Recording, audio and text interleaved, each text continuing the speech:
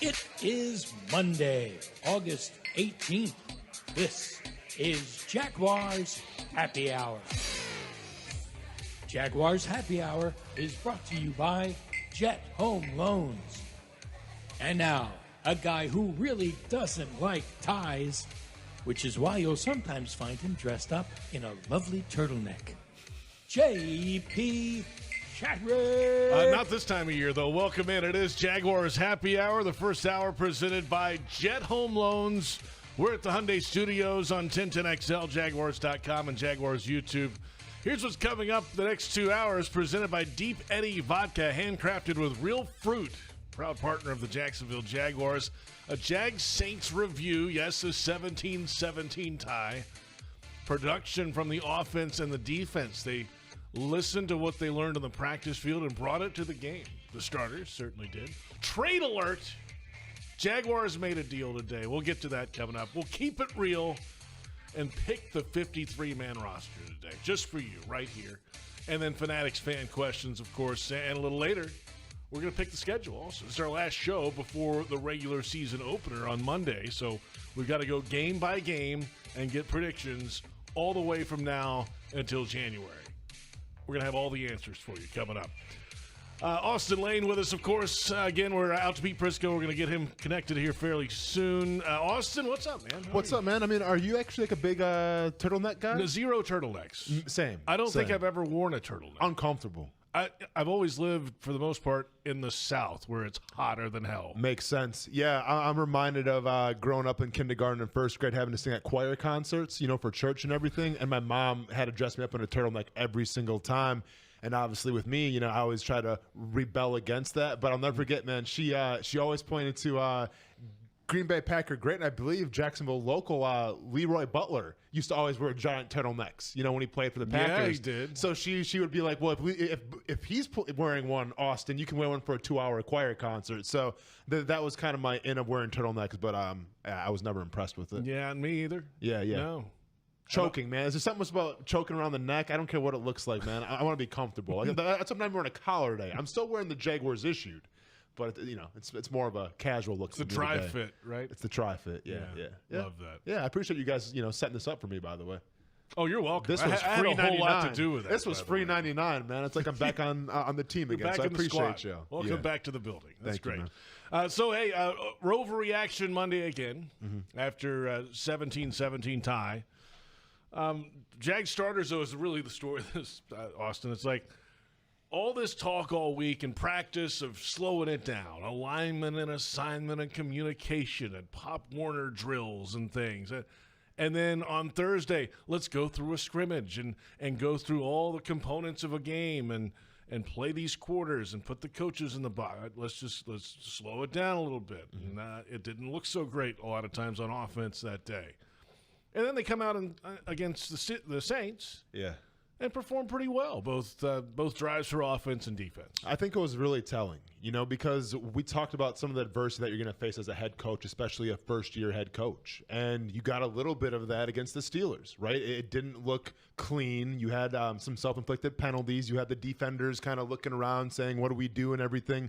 So it didn't look good preseason game number 1. You change it up a little bit. You got to flip the script, right? So you kind of go through almost like a walkthrough, like a back-to-basics type of practice.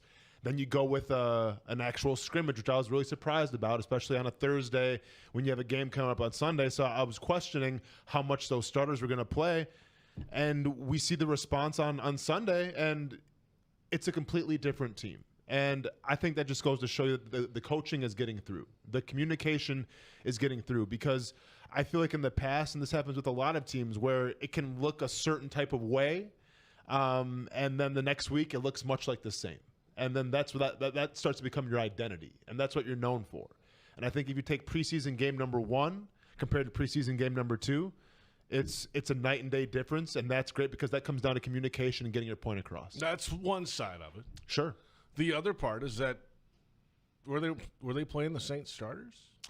I mean, listen, and that's... It's a good thing that this all happened. It doesn't no matter who's out there. It's a preseason game. But let's tone it back a little bit, right? I mean, when we're talking about, the Saints sports radio people right now, I mean, have fun with your quarterback. So I'm going to say, there's that. And yes, you did play against a bunch of twos, but listen, JP, I don't care if it's twos, threes, or fours, right? From what you saw playing against the Steelers twos, and granted, I'm sure they're maybe a little more talented, they're a little more deep at the position, front to bottom. But like at the end of the day, what you put on film is what you put on film. And I think in terms of confidence, it gives players confidence.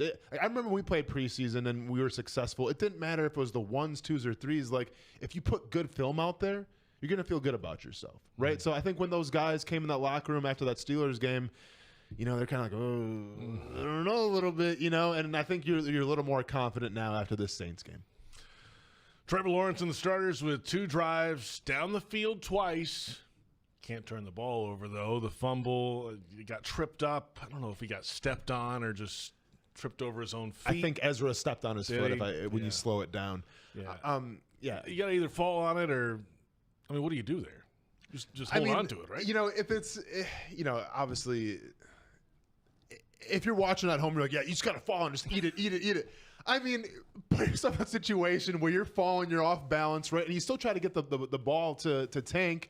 It was the opposite hand. I don't think Tank was ready for it. It was just, it didn't look good. And when you talk about breaking down the fundamentals in practice, well, you need to be able to hand the ball off, right? And not get stepped on, especially with Ezra Cleveland, who's been playing that spot for a while. So, yeah, that didn't look clean. And I'll say up until that, before there, too, you talk about the drop ball from Brian Thomas Jr., I felt like if this would have happened a couple years ago, that would have snowballed into more and more mistakes, and it would have snowballed into, just bad quarterback play, bad offensive, play in general. And that didn't happen. Like, you saw the drop ball. They responded. They were able to run the football down there and get to the red zone, and then obviously the mistake from Trevor. But I did like how that team responded also for the next offensive series. Right? Like it didn't. Mm-hmm. And once again, yeah, it's the Saints twos, JP, right? So like how excited can we get? No, I think it's exciting. I didn't mean to like put the fire out. I mean, it's a preseason game. But from what we've seen in the past though, when it's drop balls, when it's turnovers, like that's the game right there. Right? Like, oh, okay, there's a drop ball, there's a turnover, okay, it's gonna be more of the same. And they're able to overcome that. And I think that speaks volumes to what it was last year to what it is in this preseason. Defensively, that was a lot of the talk early in the week, was the communication issues. Some plays might have been coming in a little bit late, and then players on the field not realizing what's going on. They seemed locked in. No miscommunications that we saw. And, a couple sacks. They had a takeaway later in the game. Now, they also gave up the 2-minute touchdown at the end to tie the game. But those are, I think overall, just a cleaner overall feel on the defensive side. Yeah, overall, I think a lot better. You didn't see guys, turning around, wondering where am I at. Like, everybody was lined up properly. Because I was really worried about this Kellen Moore offense in terms of the way they use motion and the way they confuse defenses. And it just seemed like this Jaguars defense was ready to roll. And you saw pressure. I think we saw a little more in terms of what Coach Camp can bring to the table in terms of blitzes. Right, I think against the Pittsburgh Steelers, there's a lot more vanilla, just the meat and potatoes. We did see some blitzes that got home, which was cool to see. We saw some twists up front. Trayvon Walker almost got home. I think it was intentional grounding. They got that penalty, so I think he still gets the sack for that. But we saw that they call it the exit game, where he goes first and then the tackle comes around him. So it was great to see guys in the backfield. It was great to see, for the most part, the run game, especially with those first couple series, getting stifled. I thought it was a great showing by the defense, and most importantly, they were lining up properly. Yeah, let's start with that. Let's start with that. Let's start with the basics. No doubt about that. Yeah. Coming up, Pete Prisco, CBS Sports senior writer. We're trying to get him connected on this Monday after the Jaguars tie final with the Saints, 17-17. We're on 1010XL, Jaguars.com, and Jaguars YouTube. All right, so that's I think overall a positive feel, even though the end of the game was weird, right? I mean, that's just how these preseason games can go sometimes. They had the chance with the football in their hand, and all these fans today are like, oh, it should have just ran it and called timeout and kicked a 60-yard field goal like it's, like shooting a layup. No, for sure. And to be fair, I think in terms of how that was handled, I think it would have been different if the ones were in, right? But maybe you want to see a little more from the quarterback that was in. Like, I don't think you handle that situation with the ones as opposed to you did with more of the 2s and 3s, right? And if I'm talking the NFL, can we stop? Like, there should never be a tie in a football game, JP. Like, I don't care. Come on. No. Preseason? I'm not saying. You want preseason overtime? I'm not saying overtime. I'm saying if the Saints go in there and score towards the end, let's like put the ball on like the 7-yard line and say, if you guys want to go for this, it's 3 points or something, or like, you know. You can have ties in the regular season. I know, man. You don't like those either? No one feels good about a tie. Well, how are you going to end the game? Are you just going to have like ultimate? I just said it, man. Put it on the like a shootout, like a soccer shootout. Put it on the 5-yard line or like the 6-yard line and say, if you guys can convert this, it's 3 points. You win the game. So it's a 2-point play conversion. It's like the college football rule. A little bit. Point. Well, it's more like which is ridiculous. That is a little ridiculous. Yeah. No, I'm saying because there's already 2-point conversions, right? But I'm saying move the ball back a little farther and get a 3-point conversion. I don't want any overtime in the preseason. I don't want any ties. I don't care about the ties. I don't know how to feel about a tie, man. I'm like, okay. I feel really damn good that I got out of here in 3 hours. That's what I feel like. It's all about our time. That's a good point. That's a good point. That's fine. All this extra football. I don't know how you do 3 hours in the regular season, man. It's what it is. But. Everybody got work in. Sure. The starters aren't going back out there in overtime. Like I said, man, put it at the 6-yard line, JP, and make it a 3-point play. I think we got something there. I don't think we have anything there. Call me back. I don't think we have anything. Roger, what do you got for me? It's ridiculous. Let's come back in a moment. We'll try to get Pete Prisco in here. We've got plenty ahead. We've got to pick the roster. We've got to pick the schedule. We've got Fanatics fan questions. We are loaded up, Austen. I mean, is Tony Baselli asking us to pick the roster for it? Like, I assume that's kind of their job, right? We're going to show him how to do his Okay, job. I got you. That's what Pete usually likes to do here anyway. I got you. So that tradition if he's will not here, continue. we'll see.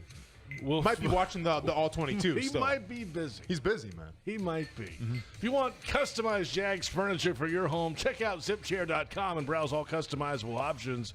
ZipChair, furniture for fans. We're off and running. It's Jaguars Happy Hour presented by Jet Home Loans.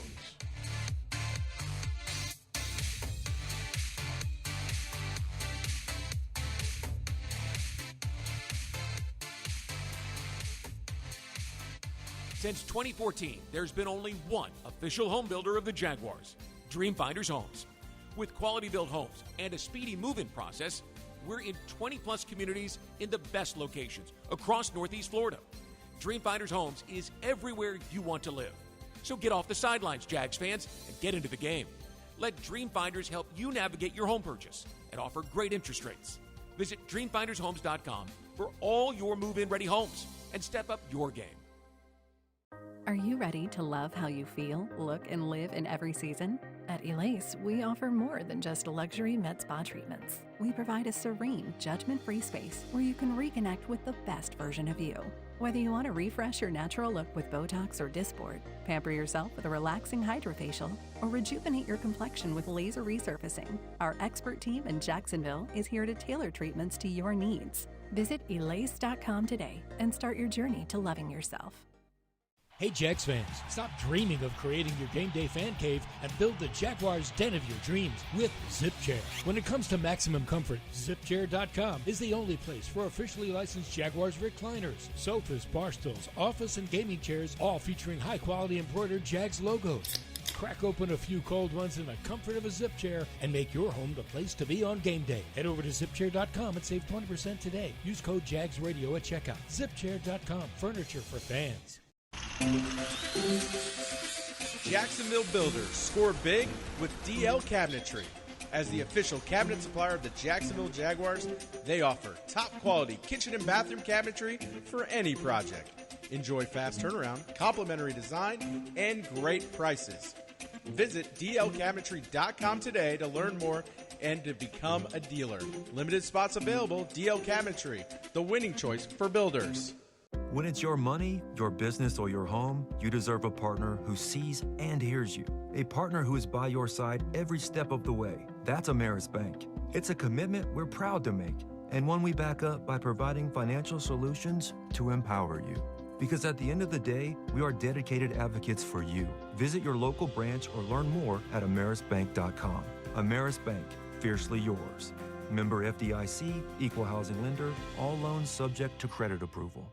Mr. Chubby's Wings is a whole lot more than just wings. Craving the ultimate game day experience? Look no further. Swing by Mr. Chubby's and indulge in the biggest and best wings in town, all while soaking up the lively atmosphere with fellow sports fans. With plenty of game day specials and locations on the West Side, Fleming Island, Ponte Vedra Beach, and new this season, Everbank Stadium, they're here for all your game day needs. Mr. Chubby's Wings is a proud partner of the Jacksonville Jaguars. Mr. Chubby's Wings, before the game, after the game, and during the game.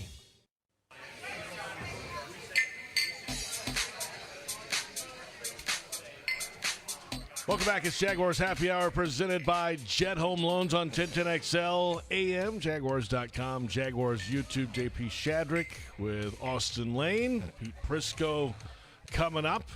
Trade alert. Jaguars made a deal today. Jags traded offensive lineman Luke Fortner to the Saints for defensive tackle Khalen Saunders, who played in the game, Austen. He played, I think, 11 snaps. Yeah, and he was their starter as well. I mean, for a while, what I saw. So, I mean, Khalen Saunders, like, listen, people see that trade, and they think, okay, well, what does it mean for Eric Armstead?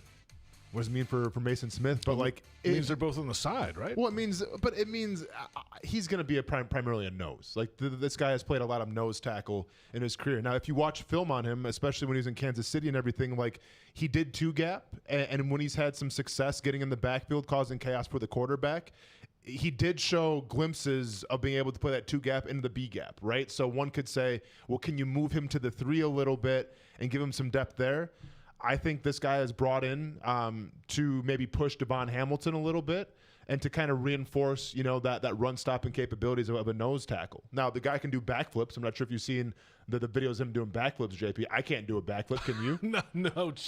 Pretty impressive when your nose tackle is doing backflips. Walk in a straight line. I know. Me? Pretty impressive when your nose tackle is doing backflips. And he was actually a high school running back as well. So the dude's kind of he's kind of a freak athlete. How big is this guy?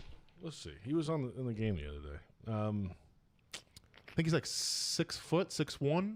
But how fat is it? Not fat. How wow, heavy yeah, is he? That's how I really feel. Well, 324. 324, so, big dude.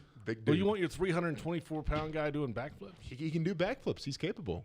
I mean, I'd rather have him do backflips than not do backflips. I remember... I kind of would rather him to not do backflips, to be honest with you. I remember in my draft class, Jason Pierre-Paul essentially got drafted in the first round because he could do, 25 backflips in a row, and that got him the first-round grade.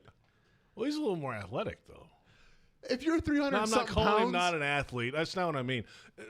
Different body style, right? Listen, for Pierre definitely different body style. But I'm just under the impression if you can do a backflip and you're over 200 pounds, congratulations. I'll tip my cap to you. You're an athlete. And this dude can do a backflip. He's an athlete. Is Devon Hamilton his role in question now? I think you have to at least ask it, right? Because this is a guy that we expect to kind of go back to his former self, right? He had some injuries last year and everything, and he has the praises of Josh Hines-Allen. Josh Hines-Allen, saying really highly of him, saying he's one of the best nose tackles in the game. So, yeah, I think it puts him on notice a little bit. But, when we talk about bolstering this defensive line, I still think there's going to be a question in terms of who's playing that 3 technique because – until it's the regular season, we know a little more about these injury reports. We're not sure about Eric Armstead yet, and we're not really sure when Mason Smith's going to come back and play. Yeah, fully. I mean, he's kind of working his way back, and, who knows even about this week against the Dolphins and the practice and all that. The other part of this is that the Jags have moved on from Luke Fortner. Yeah. Drafted by the previous regime, of course, and was in the starting lineup and then was getting pushed around a lot and then was not in the starting lineup anymore. Yeah. And another draft pick that just didn't work out around here. For sure. And I think when you look at Luke Fortner, I think Monaheim, right? Yeah. It was the other center. Jonah Monaheim. Yeah. And then he's the USC guy, right? He's kind of Tony's dude and everything like that. Tony brought him over here. I think he's been looking really good on film, whether it's playing center, whether it's playing guard. So I think the Jaguars like him a lot, and I think that just kind of goes to show you, I think Luke Fortner, he was expendable in terms of what they're paying him and what they're asking him to do. So it makes a lot of sense. I think, your floor got a lot deeper now simply because Fortner probably wasn't going to make the team. as far as I'm concerned. So now you get a rotational guy at least at the nose tackle who can maybe push for some starting time. Yeah. This is I think it's a good trade. It's a great trade. For, they got out of that. They needed a position they needed some depth at. And now, sense. I probably would have done it before the game. Like, I don't know. Like, I'm curious. If I'm James Gladstone and I'm like I'm watching, my future Jacksonville Jaguar here at nose, take on double teams and everything, I'll be like, let's go and get him off the field. I think I know what he's capable of. See, I wonder when that conversation started, though. Did it start early in the week? Did it just kind of happen during the game? It's a great question. Because all of a sudden after the game, you hear it's happening. I mean, maybe they saw something they liked. I mean, it had to happen during the game, yeah. Like, they're like 2 booths down, probably, right? Sure. I mean, I'm convinced if it happened before, that they would have been playing. I think. Yeah. That makes sense. Keep them healthy. Absolutely. Because Fortner played deep in the game. He did. Yeah. Yep. So maybe it was just, hey, let's see how it goes, and then after the game, if both are healthy and good, let's make the deal, I guess. Now, do you think, did Luke Fortner stay there? Or did I mean, seriously, I'm not That's even a great question. Yeah. There's, in my old baseball days, there were a couple instances where organizations made trades of guys, and all they did was switch dugouts that night.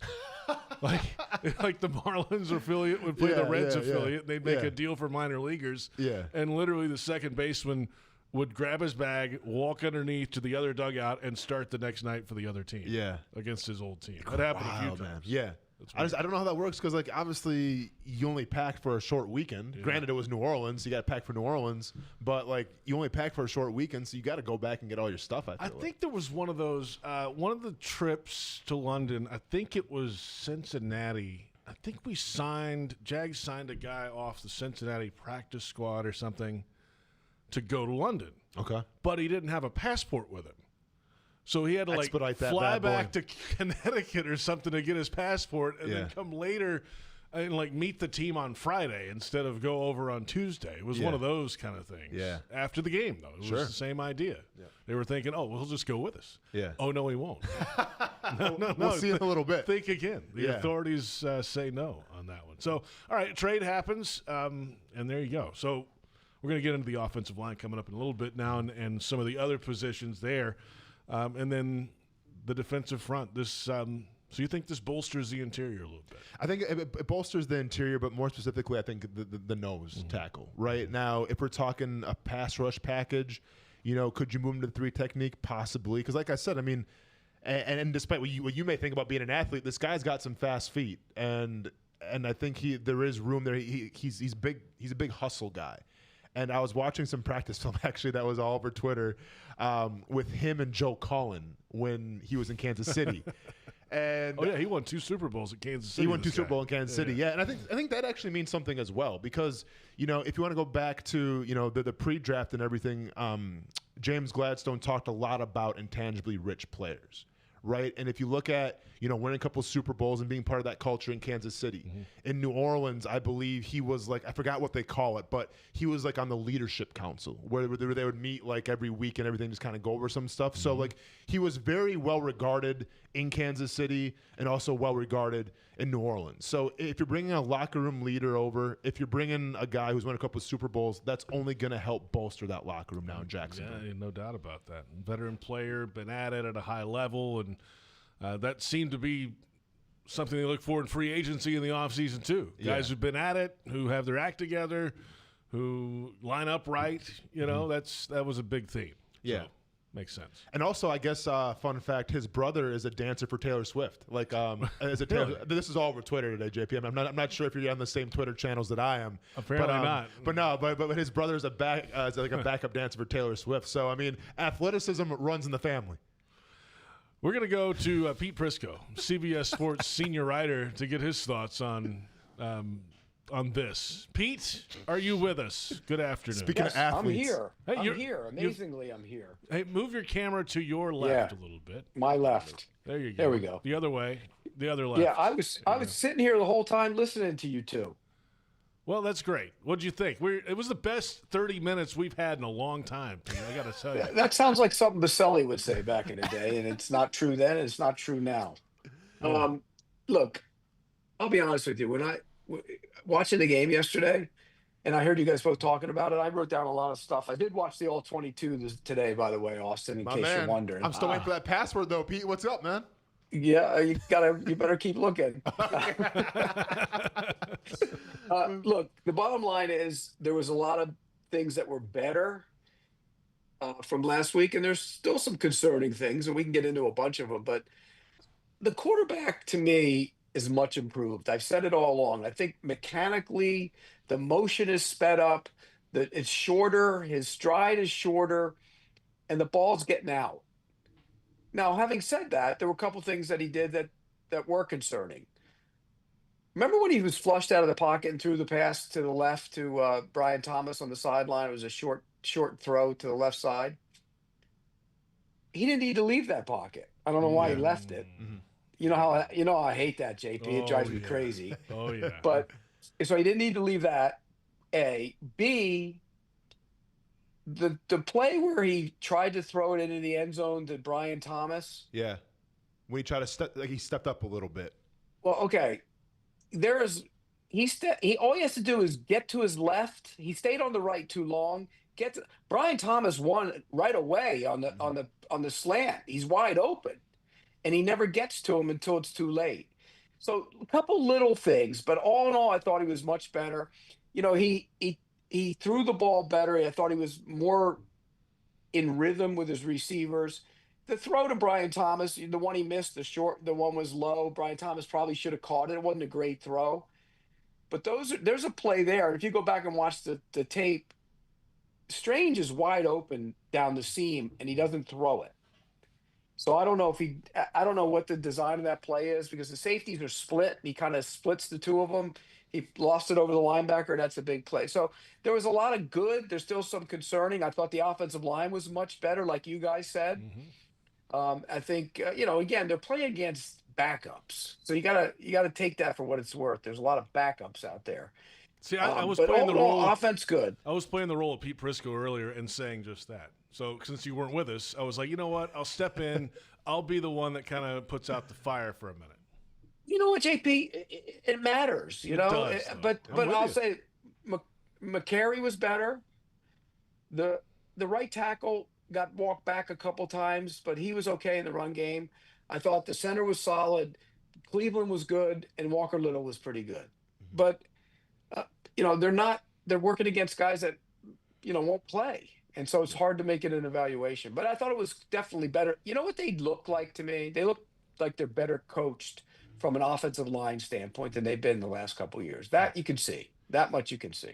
Pete, what do you make of that? In the red zone, the turnover, Trevor stumbles, trips, I think, over Ezra Cleveland, tries to hand the ball. Ezra stepped on his foot. Yeah. I mean, I get everyone catch 20, hindsight 22. You want to just fall on the ball and you're good to go. But I don't mind him trying to make that handoff, and he still tried to make it. Is that more on Tank Bigsby? Is that more on Trevor Lawrence? What has to happen in that situation? It's more on Ezra Cleveland, I think. Yeah, that's probably more.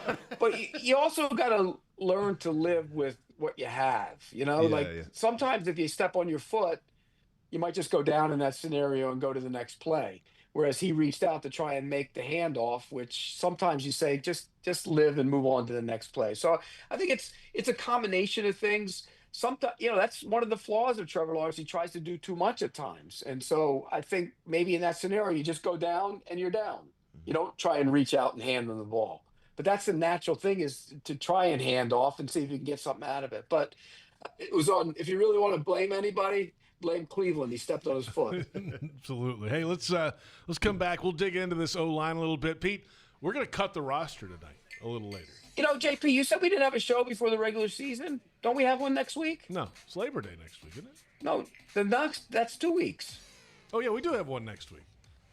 JP, what is going on? Your life away, dude. Wow. The calendar. Imagine that. You must be so caught up in what's going on and everything that you I'm forgot so locked what day in of the on week Jaguars football that I forgot what day it was next week. Yeah, we got a show next week. We can cut the roster, but playing out the season we can do next week. I like that. I like it. Oh, go ahead and do that. Okay. Or what Pete said. We'll just do that. Let's call it shots. I'm glad you made it, because we would have done everything tonight otherwise. Hey, JP, it's Halloween already. What do you think? Jags football is officially back at some point on the calendar. Be there as number 2 overall draft pick Travis Hunter and the Jags take the field for the first time against the Panthers September 7th. And go to jaguars.com/tickets or call 904-633-2000. This is Jaguars Happy Hour presented by Jet Home Loans.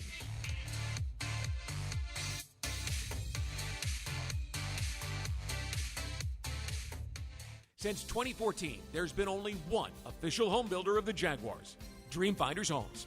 With quality-built homes and a speedy move-in process, we're in 20-plus communities in the best locations across Northeast Florida. Dreamfinders Homes is everywhere you want to live. So get off the sidelines, Jags fans, and get into the game. Let Dreamfinders help you navigate your home purchase and offer great interest rates. Visit dreamfindershomes.com for all your move-in ready homes and step up your game. Frank Frangie here. When you want barbecue in Jacksonville, you want Bono's Pit Barbecue. You can find Bono's locations all around town and on game day at Everbank Stadium because Bono's is the official barbecue of the Jacksonville Jaguars. Over 70 years of authentic Southern Pit Barbecue. We are the local barbecue joint in BBQval for generations of people in Jacksonville. Go to bonosbarbecue.com to learn more or call 904-880-8310 today. And remember, if you don't see a pit, it ain't legit. My best friend Riley loved going to the beach. She was a great swimmer. Then one day, during a swim meet, she collapsed. She had cancer, Hodgkin lymphoma. She spent months getting care at UF Health. The doctors did so much, even put her in a clinical trial. I wish we could go to the beach right now. But she's working. Out of the water. She's on lifeguard duty. Maybe we'll head out when her shift is done. UF Health. Human progress has no finish line. It's the summer sales event with the Ford Groom. Sam, 30 seconds on the clock. The Ford Summer Sales Event. Great time to buy. Correct. What do we have amazing deals on this summer? Ford trucks and SUVs. Is Ford America's all-time best-selling auto brand? Let me think. Yeah, it is. 3 for 3. What do I win? You get to work at the Ford Summer Sales Event. Amazing. I think I was going to do that anyway.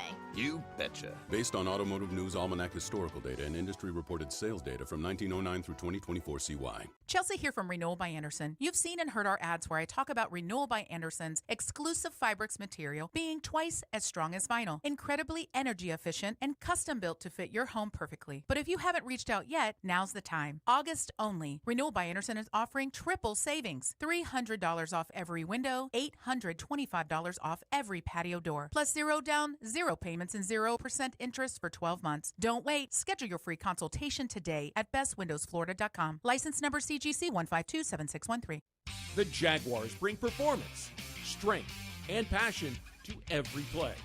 And you'll find the same when you bank with Everbank. Open an Everbank Performance Savings account and score serious savings. See what you could earn at everbank.com/Jaguars. Everbank. Advantage you. Member FDIC and the official bank of the Jacksonville Jaguars.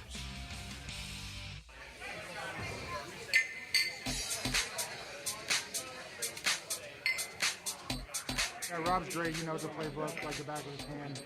Really helpful to have him out there, and he's doing a hell of a job too. So it's a cooperative effort, and we're all doing it. Patrick McCary, the Jaguars' right guard, talking about his center, Robert Hainsey, after the game in New Orleans. Welcome back. It is Jaguars Happy Hour presented by Jet Home Loans. We're at the Hyundai Studios, the Miller Electric Center. JP Shadrick, Austen Lane.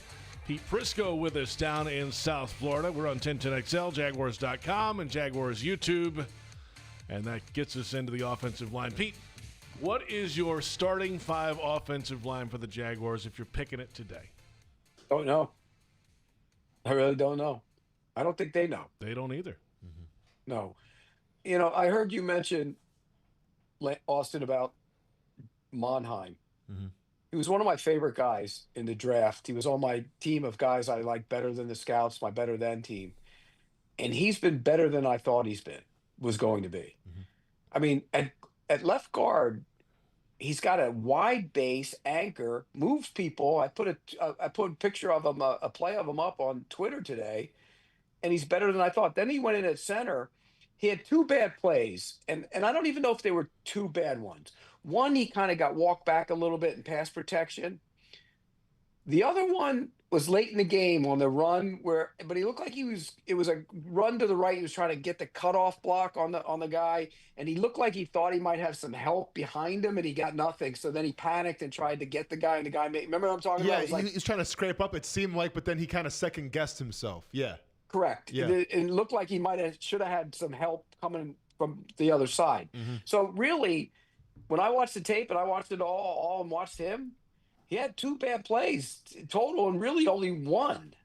And that's impressive to me. He's looks technically like a veteran the way he plays the game. And he's tough and he looks for action. I love that. He looks for action. So we don't know how he'll be when he's got a big power player on him, because he's not, he's got short arms and he's not overpowering, but he battles you. I think of the 2 rookies, he's been the more impressive of the 2 on the offensive line, I think.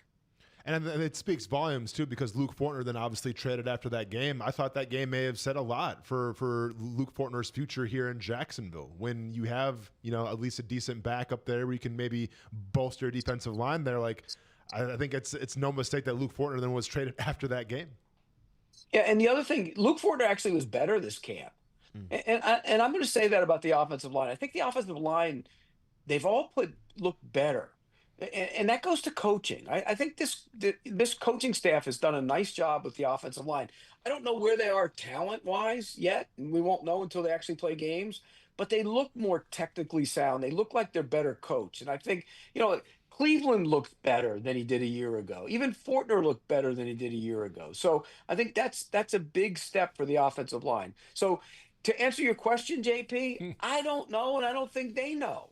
I would think Hainsey would be the starter at center. I would think right guard. I mean, McCary was better. I thought McCary was pretty good yesterday, so he might be the right guard. The right tackle, is he healthy? Udoka was playing pretty well, but he's just it's a minor injury right now. Where's their starting right tackle? Same thing, lower body and not expected to be long term. Well, I think their ideal scenario would be the 5 guys that they started the season thinking were going to be the starters, which would be Little, Cleveland, Hainsey, McCary, and Anton Harrison. Mm-hmm. So that's the 5. But you mentioned Udoka's been better than they thought. I think Monheim's been better than anybody thought. So I think, Fred Johnson, I thought Fred Johnson got walked back a couple times as a right tackle yesterday, too, in pass protection. I think he got beat inside on one play. Do you remember that one, Austen, when he got beat inside? Yeah. Yeah. Yep. So I thought he would compete for a starting job and be much more competitive before that. And he hasn't had the type of training camp and preseason I thought he would have. And then in the scrimmage the other day, Thursday, they were working Anton Harrison at left tackle for a minute until his injury. And, what does that tell you, Pete, about what they're thinking? JP, did they say why Milam only played like a handful of plays yesterday? Did he get dinged? Yeah, I remember him limping around in the game. Yeah, he must have gotten dinged. Something must have happened. Liam Cohen didn't talk today, and he's scheduled to speak after practice tomorrow. So hopefully we'll have a little bit more. By the way, when they get to the deep backups, holy cow, are some of those guys bad. I mean, wow, Pete. Okay. I mean, well, I think a lot of teams, if you're talking about your third string tackle or your third string guard, you're probably going to be in a little trouble. Yeah, Austen, you know that. The backup yeah. lines, period, are a problem. But when you get to third teamers, when I travel around training camps, I see the CFL scouts all the time. They're like vultures waiting, for guys to get cut. And I'm not so sure they would take some of those third teamers. That's how bad those guys have been. Mm-hmm. Wow, that's really uplifting for them, Pete. That's great. Well, I mean, you want me to be real? What do you want me to do? Wave my pom-poms? I'm giving you a real analysis. The deep depth of the roster has a problem. I mean, JP, let's be honest. As do most. I mean, if Pete's saying this, what do you think they're saying in the offensive line room? It ain't like, oh, hey, you're doing an okay job. Like, they're gonna tell like it is. It's the way it goes, man. 61. I mean, giving away that's my old number. He's doing a disservice to it. Oh, my gosh. Was it retired somewhere, Pete, we don't know about? Are you kidding me? I mean, am I wrong? Have you watched him? He's not very good. He's struggling. Man. I mean, if they have injuries on that offensive line, they'll have problems. The good news about the offensive line in Monheim and Milam, you have developmental guys, and they haven't had that in a long time. They need that. Got young guys that they can develop. I mean, Cooper Hodges was going to be that guy with the devastating knee injury. Yeah. Yeah. But they have a lot of how many offensive linemen are hurt right now? 5? Yeah, there's a handful. Remember, Cole Van Lannen's out for all of camp. Right. So you got Harrison, Van Lannen. Yeah. Udoga. That's 3. And that's kind of what it is right now. And those are 3 guys that you're kind of leaning on or expecting to be on the roster at least. And then we think Wyatt Mullen might be like a little banged up. Yeah, as well. Adding number 4. Yeah. So those are 4 guys. It's not good. But again, I think the line looks better in terms of the technique, the way they're blocking. They seem more in sync with how they pin and pull and everything they do with the movement, getting to the second level. I think it's much better than it's been. And I think it's really telling too. Like, you're seeing guys finish blocks, and I get it. You're not going against the top tier defensive lines yet, but there's something to be said if you're a running back and you don't have to wait in the backfield for the hole to open up. The hole's right there, just run through it. I mean, you saw that with Travis Etienne. I think it was like 2nd and 3 or whatever it was towards midfield, and he just runs straight, gets 7-8 yards. Like, that's what you want to see. That's an offensive line really inflicting their will on somebody. And I think if you look at the past offensive lines the Jaguars have had, like on paper, sure, these are names that we all know. But then when you see them in the game, there was no gel. There was no camaraderie. It's just kind of every guy was off doing their own thing. So I do like what we're seeing so far. Once again, I get it's against some backups, but I like what I'm seeing so far from offensive line. And Strange did a nice job on those runs too, pulling around, leading through the hole. So he's a good blocker, and that's good to have him doing that.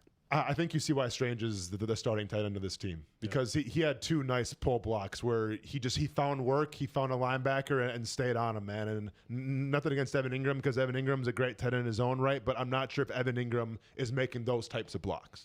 No, I saw plays where Evan Ingram was blown up in the hole and didn't like it too much. I mean, he tried, but he didn't like it too much. No. Back to the offensive line quickly and the cohesion part of it, right? Mm-hmm. There's only a practice against the Dolphins and a game against the Dolphins left. I'm going to guess that many of the air quote starters might not touch the field at Hard Rock Stadium on Saturday. When do you find that cohesion? Do we know why it's one practice instead of usually it's 2, 3? Like, why are they only doing one practice? I don't know. I think the Dolphins have done multiple joint practices. The Dolphins already. did practice with the Lions and the Bears and been away for 11 days. So okay. Maybe they feel they've done enough already, but they're doing one on Thursday this week. I'm going to go down and watch that, so I'll be down there. Nice. But yeah, when can you get the cohesion? Week 1. You don't get it because you haven't had guys in the lineup and you haven't settled on anything. That's why they got to settle on something by the end of this week. If they could settle on a group of 5 by the end of this week, then you get 3. What do you get? You're not going to play in this game, but then you get 3 good weeks of work together before the game. I think you have to settle on that. Yeah, I mean, I think now it's to the point where you're not going to see him in any more game situations. You're going to have him for that Dolphins practice, and we'll see what that looks like. But I doubt you're going to see any starters versus, in the preseason game versus the Dolphins. So what you have is what you have right now, and I agree with Pete here. The sooner that you can get that starting roster in place, I think the quicker they can kind of gel a little bit and learn how to, work off each other's tendencies. I'm so screwed up. How do you guys think it's going to start? I mean, I gave you. I think it's going to be what they thought it would be, and that's how they're going to start the season. I was so screwed up on the schedule, all these weeks and things. Like I'm all the days are running together of when practices will be before the season. I mean, I guess because Thursday's the practice, Saturday's the game. They'll come back. They'll probably have some practices early next week around the cut day and all that. I think they have to have, 4 days off on that bye weekend, 3 days? Yeah, it's bye week. Yeah, it's ridiculous. And then they'll probably, as my guess, be out there Labor Day, Monday, for a walkthrough-ish going into the week, a bonus practice. It's usually how it's done. We'll have no idea what Liam's going to do. And because that's game week. Yeah. Yeah, so they actually have 2 weeks to get ready for after this week when 2 weeks to gel when they decide on it. Mm-hmm. Right. But here's the other part of that. Can you decide on it when guys aren't all the way healthy? right? Well, how do you think it'll? Okay, game one, opening day. Who's the offensive line? And I want to hear what you two both think. Go ahead, Austin. I mean, I think it's going to be what you said. I think it's going to be the starting five that they went into camp with. I think Anton Harrison comes back, plays that right tackle. Walker Little's playing the left tackle, and that's what you got. So I think, we consider it and say it's going to be a competition, everything like that. But as long as everyone's healthy, it's going to be the starting five that they went into camp with. Kind of feels that way to me too. I mean, if Anton Harrison, I think, had gone through that scrimmage the other day and stayed healthy and performed well, maybe at left tackle, maybe we see it in the game for a drive or so against the Saints. Then maybe. I don't. No, I mean, is that enough? What would you do? And who would you play at right tackle then? Would you flip him? Would you put Walker over there? Or would you I don't think Walker's good at right tackle. We've seen that experiment before. Or would you put he Fred was much Johnson? better at left tackle. Fred Johnson in at right tackle. Yeah. McCary, maybe. McCary. Mm-hmm. He's played tackle before. They were but working I on think that the together? best way to do it is the way they have it right now. I thought Cleveland would get pushed for his job and maybe lose it. But he's had a good summer. He's come back more physical, and you talk to people in the organization, they've been impressed with what he's done this summer. He's been, and he looks like he's bigger. Remember, part of the whole scheme before was to be more athletic and move. Mm-hmm. They want him bigger in this offense a little bit, and he looks like he's gained a little weight and gotten a little thicker. Let's come back in a moment. Let's get some thoughts on the defense and their performance against the Saints. Pete, I know you'll have some comments. Well, yeah, I mean, they're playing against guys that are going to be bouncers and bartenders in 3 weeks. I mean, what the hell? No offense or to 2 bouncers weeks. and bartenders. I know plenty of good ones. Well, I mean, but you don't go into football thinking you're going to end up being a bouncer and a bartender. You think you're going to play. We'll dig into this a little more when we come back. From the backyard to the beaches, the Ford F-150 with available Pro Power on board gives you the power of a mobile generator. Ford, proud partner of the Jacksonville Jaguars. See your local Ford dealer today. It's Jaguars Happy Hour presented by Jet Home Loans.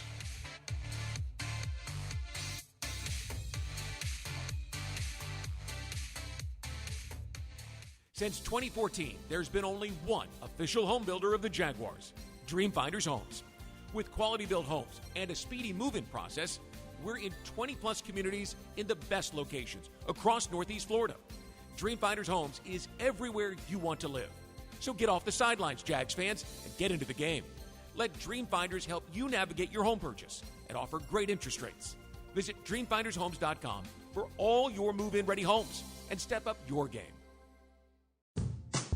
Daly's Dash is not only your Jaguars game day stop, but a great place to grab a meal any day of the week. To honor the Jags and the fans, we've crafted the Duval Sub. The Duval comes with freshly sliced turkey ham, melted cheddar and habanero jack cheese, topped with crisp lettuce, fresh tomatoes, and a double portion of our secret sauce, all served on a fresh roll. Come by your local's Daly's Dash today to get your delicious Duval Sub. Daly's is the official convenience store sponsor of the Jacksonville Jaguars. It's the summer sales event with the Ford Groom. Sam, 30 seconds on the clock. The Ford Summer Sales Event. Great time to buy. Correct. What do we have amazing deals on this summer? Ford trucks and SUVs. Is Ford America's all-time best-selling auto brand? Let me think. Yeah, it is. 3 for 3. What do I win? You get to work at the Ford Summer Sales Event. Amazing. I think I was going to do that anyway. You betcha. Based on Automotive News Almanac historical data and industry-reported sales data from 1909 through 2024 CY. Football and Miller Lite. Duval's greatest pairing. Can cracks at kickoff. Tailgates going well past postgame. Sunday night overtimes.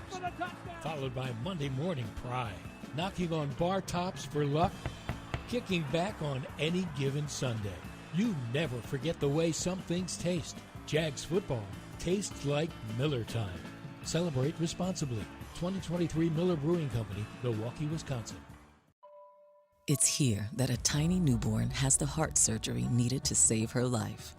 It's here that a first grader learns to speak clearly and confidently. It's here that a 12-year-old athlete builds the strength to run full speed again. It's here at Wolfson Children's Hospital that answers are found, courage is shown, and odds are beaten every day. Wolfson Children's, always here. Visit wolfsonchildrens.com. When it's your money, your business, or your home, you deserve a partner who sees and hears you. A partner who is by your side every step of the way. That's Ameris Bank. It's a commitment we're proud to make, and one we back up by providing financial solutions to empower you. Because at the end of the day, we are dedicated advocates for you. Visit your local branch or learn more at amerisbank.com. Ameris Bank, fiercely yours. Member FDIC, equal housing lender, all loans subject to credit approval.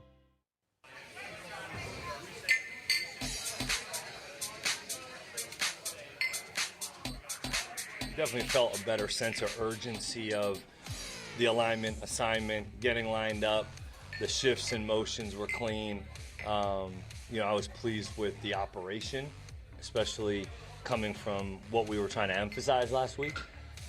So I was pleased with that. I definitely felt like, we played well enough to win, but in this game, in this, especially in preseason, you see some crazy stuff, and I'd like to be able to finish the game the right way. Liam Cohen after the game at the Superdome on Sunday, a 17-17 tie. Jaguars Saints, welcome back. Final moments of the opening hour of Jaguars Happy Hour presented by Jet Home Loans on 1010XL, Jaguars.com, Jaguars YouTube. In the second hour, we'll keep it real as we pick the roster. That's coming up in a little bit. Fanatics fan questions, a lot to get to. The theme, Pete, this week on defense was alignment, assignment, communication. And it felt like they were aligned and followed their assignments and communicated fairly well in this game. Much better. But no looking around before none of that. Right. No, it was much better, much crisper. And Liam said, the whole thing about, the mechanisms of it and making it work. I think both sides of the ball, that came through. So whatever he did on Monday when he had them have that practice to kind of work on that stuff, it seemed to work. So that's progress. That's a good thing, because lining up in the right spot, not blowing assignments, when you talk about talent, if you have all the talent in the world and you blow all those assignments, you're still not going to have success. So I think that was good last week to try to address that after what we saw last week in that first preseason game.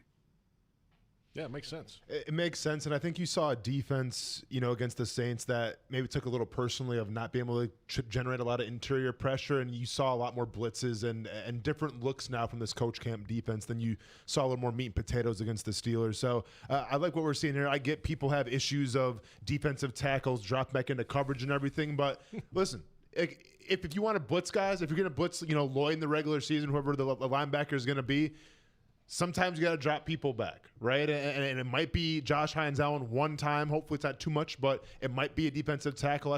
That's how modern defenses operate. So I wasn't mad at, a defensive tackle dropping back if that means you're going to blitz somebody. No. Yeah, I don't either. I don't want to see Josh Hines Allen going back. I wouldn't want to see him going back a lot because he plays his best football going forward. You know what I did like that I saw on Sunday was where the linebacker takes a false step, like he's going back into coverage, the fake blitz, that's become a big deal. Jack Kaiser did it twice and did a nice job with it both times of taking a step back, making them hesitate, opens up a lane, and then he comes in and got a little pressure a couple times. They're going to be creative. You hear nothing but good things about the defensive coordinator, Campanelli, and you're going to see a lot of creativity. And to be honest with you, if you're not getting great pressure on the interior, which we know they haven't, you got to be creative. That you have to get creative, and I think that's going to be the challenge for this team. Pete, we can dig into this a little bit in the second hour as well, but there were moments where Ventrell Miller was in with the first-team defense and Devin Lloyd was not. What do you make of that? Yeah, and, he made a couple plays in the run game. He's a good run player. The one pass on the sideline was on him. He completed it on him, and he was frustrated over it. But he looked more active in the passing game. I'll be honest with you. I think that position is okay.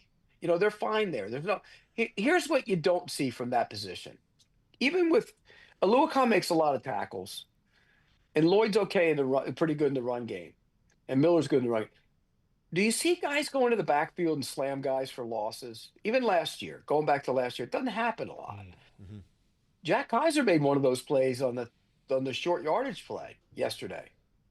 He made a play where he slammed in there and made a tackle for a loss, and they got the first down. It didn't look like they did, but you remember that play? When he slammed in there and made the play. Mm-hmm. So they have that position's okay. It's not great, but it's okay. There's enough guys there that you can get by with it. But Miller's a thumper, man. He can get to the ball. The one thing about him last year was coverage. He had coverage problems. And I feel like that's kind of the same thing with Lloyd as well, where if you look at all the analytics and everything of a PFF, like he's really, I mean, he's highly touted, at least according to them, in the run game. But in coverage, he is lacking a little bit. So once again, when you talk about this defense, what it's going to look like, given different looks and everything, and keep offenses guessing, like where does Lloyd fit into this thing? And I think him playing an extended period of reps, like that's not by mistake. Like, I think that was a message of saying to him, like, hey, man, you might have to step it up a little bit if you want to be the full-fledged starter. When PFF loves Devin Lloyd, their numbers are far greater than Madden I think does than too. what he's sure. What's that? Madden does too, like the video game. Madden loves Lloyd as well. I don't understand it because in Jacksonville they don't even give him a 5th-year option. He has to lose a bunch of weight to get to stay on the field and here we have ratings by the analytics film watchers, and Madden to have him being like top 10 linebacker. I mean, seriously, he's ranked. I think if I'm not in PFF, he's ranked as one of the top 10 linebackers. Mm-hmm. That's ridiculous. He hasn't played to clearly to the expectations, so it's a big year for him. But the fact that they're rotating guys in now, that's not a good look. Hey, one note here. Tony Baselli was the one that always hated PFF grades, and now Pete has kind of crossed the threshold there. You were always a PFF lover, Pete. No, I was never a PFF lover. I just used it as a mechanism to get Baselli going. I had my own I had a method to my madness. I know he hated it, and it would get him going. But he's not wrong though. You watch the film, you can come up with an idea whose grade is pretty good. Mm-hmm. You don't need to have a coach in grading the film saying plus or minus. The overall picture. You don't know the responsibilities on a play. That's true. Hey, we got to come back. You play defensive line. Can you watch a tape and tell you the responsibilities of a defensive lineman on every play? And this is the thing. You got some guys drop back into coverage. I remember Joe Cullen coming in the locker room one time and ripping up the PFF report because he said it was, and I can't repeat what he said, but he had some choice words about it. Back in a moment. Second hour of Jaguars Happy Hour presented by Jet Home Loans.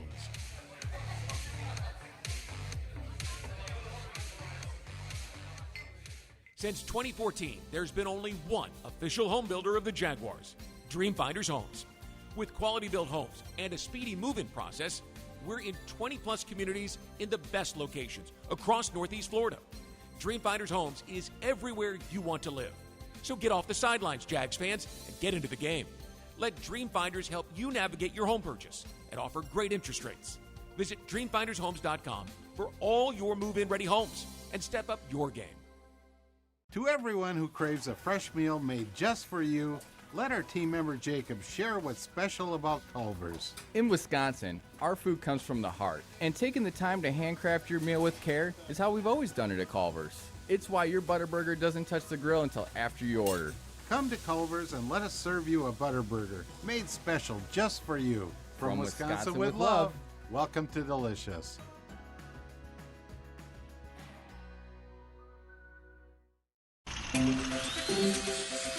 Jacksonville builders score big with DL Cabinetry. As the official cabinet supplier of the Jacksonville Jaguars, they offer top quality kitchen and bathroom cabinetry for any project. Enjoy fast turnaround, complimentary design, and great prices. Visit dlcabinetry.com today to learn more and to become a dealer. Limited spots available. DL Cabinetry, the winning choice for builders. Frank Frangie here. When you want barbecue in Jacksonville, you want Bono's Pit Barbecue. You can find Bono's locations all around town and on game day at Everbank Stadium because Bono's is the official barbecue of the Jacksonville Jaguars. Over 70 years of authentic Southern Pit Barbecue. We are the local barbecue joint in BBQval for generations of people in Jacksonville. Go to bonosbarbecue.com to learn more or call 904-880-8310 today. And remember, if you don't see a pit, it ain't legit. Hey, Jags fans, stop dreaming of creating your game day fan cave and build the Jaguars den of your dreams with ZipChair. When it comes to maximum comfort, ZipChair.com is the only place for officially licensed Jaguars recliners, sofas, bar stools, office and gaming chairs, all featuring high-quality embroidered Jags logos. Crack open a few cold ones in the comfort of a ZipChair and make your home the place to be on game day. Head over to ZipChair.com and save 20% today. Use code JagsRadio at checkout. ZipChair.com, furniture for fans. Daly's Dash is not only your Jaguars game day stop, but a great place to grab a meal any day of the week. To honor the Jags and the fans, we've crafted the Duval Sub. The Duval comes with freshly sliced turkey ham, melted cheddar and habanero jack cheese, topped with crisp lettuce, fresh tomatoes, and a double portion of our secret sauce, all served on a fresh roll. Come by your local's Daly's Dash today to get your delicious Duval Sub. Daly's is the official convenience store sponsor of the Jacksonville Jaguars.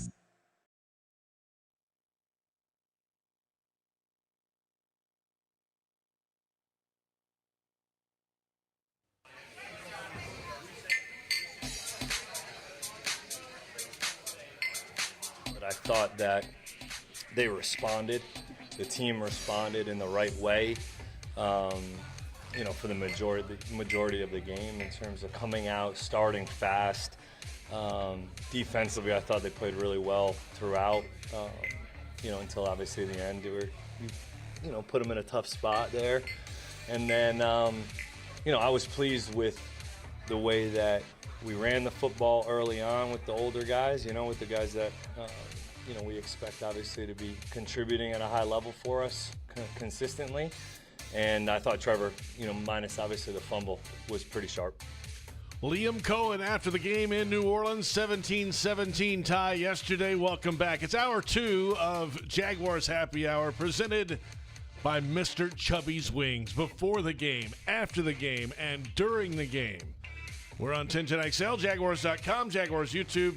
JP Shadrick with Austen Lane from the Hyundai Studios, the Miller Electric Center. Pete Prisco down in South Florida. Tie final, 17-17. The Jags offense played 2 drives, a fumble, and a touchdown. The Jags defense had their act together. They forced 2 punts. The Jags make a trade, sending Luke Fortner to the Saints for a defensive tackle. And now position battle time, headed to Miami for preseason week 3. Questions on the O-line, linebacker position, safety, running back. Lots to determine this week. The joint practice against the Dolphins Thursday. The game Saturday night at 7 o'clock. And in about 15 minutes or so, we will keep it real and cut the roster. Pete, are you with us? I see you. We don't hear you. Mute button. Something happened over there. I don't know what happened. You are. Hey, you muted yourself, Pete. What in the world? I didn't. I don't know what happened. Hey, by the way, I'm going to take my first little shot at the head coach. Oh, boy. Okay, this is only the second show of the season, and you're already going in on Liam? No, I'm not going in on him because I think he's done a really good job so far. Good. But I'm going to go into my nitpicky playbook. Oh. They got a first down with 3-something left in the game. Do you remember? It was a completion on the rollout to the right, and he threw it back across the field. I can't remember who caught it. It was for about 12, 14 yards or something. Okay. Yeah, and? Okay, give me that scenario, JP. You got the book right. I got it right here. So this is 4:32 to go. They got the football at their own 34. But on third down, he hit a tight end, I think. It was 3rd and 14, Singer for 8 yards. To set when they got a first, that was on the bubble screen. I'm talking about the one. There was a play before where Walford was flushed to the right and threw back into the crowd, and it was caught by somebody for a first down. Sean Bowman? Yes. Yeah. So that was 2nd and 7. It was the second play of the drive. 3:51 to go. Wolford passed short right to Bowman to the 47 for 10 yards and a first down. That's it. Okay, so that you take the play clock down, gives you the 3 minutes. What did he do on first down? Next play, pass incomplete short right to Brayboy. Why? What are you doing? I don't know. You run the ball, either make them use a timeout, or you run the clock, because at the end of the game, clearly that mattered. And so, and you can talk all you want about preseason games and everything else, but situationally, you got to be ready for that too. Why would you throw the ball in that scenario? There's no reason at all. Because he wanted to see more from his backup quarterback. Right. Maybe they wanted Wolford to throw the football. He's going to be so valuable during the season. I just think he wants to see what he's got, man. Like, you keep him on a practice squad. Everybody can turn around and hand it off, Pete. Yeah. But Me and look, JP can it's reenact still- it right now. and Let's go. Austin, you made the point about not wanting ties because you hate ties. Well, you clearly play the game to win. Correct. So if you're playing the game to win and you're a head coach, in that situation, don't you have to play it like it's a real situation too? I mean, I don't know, Pete, because I've seen teams go for 2-point conversions when they shouldn't. Like, I think coaches handle the preseason differently, and I think it's more about evaluating the back end of the talent than it is actually maybe even winning a football game, honestly. I get it in the second, third quarter, but in that scenario, you turn and okay, you can evaluate the back end running back, turn and hand off. Well, they handed it off He's to good, him next. man. Other running backs are pretty money, I think. They handed him off to him the next play, and he lost 4 yards. Okay, but if you hand it off to him on first down, you get 2 or 3. Then they got to use a timeout. Well, so clearly, the time mattered. Pete, the opening drive, first play, they handed it to Jackson. 3-yard gain, clock runs down, and then the pass short right for a first down. Why not do it again then, JP? Okay. Okay, if that's a regular season game in that exact same scenario, is it criticizing him for throwing the ball in that scenario? Oh, I'm demanding that you run the football. I think sure. that probably leads the show. So situationally, it was the wrong decision. You would agree with me? Yeah, from a time perspective, probably. Sure. Yes. Okay. But so in the as a first-time head coach, you should be using the preseason to work on your own evaluation. Maybe he's so far ahead of you, Pete, that he's already thought about all this and is like, you know what? Let's get the guy some passing reps. Or did somebody change the play? Ooh, maybe there was an audible. Right. Maybe. But anyways, he threw, Maybe he's like, you know what? I'm going to take my chance right here. In fairness to him, the guy was wide open and Walford threw a crappy ball. So it should have been a completion, but it wasn't. And that's the risk when you do it in that scenario. And it saved the time, and they went down the field, scored. And because Slaughter had a terrible little sequence of plays, and so it was not okay. So that I'm being nitpicky, Yes, but you I are. always do situationally look at the game and look at how it would play out. And in that scenario, you run the ball, make them use a timeout because they only had one timeout, if I'm not mistaken, in that scenario. They used it in that drive. No, they had 3 going into the drive. I mean, by the time they got the ball back, they had 1. Correct.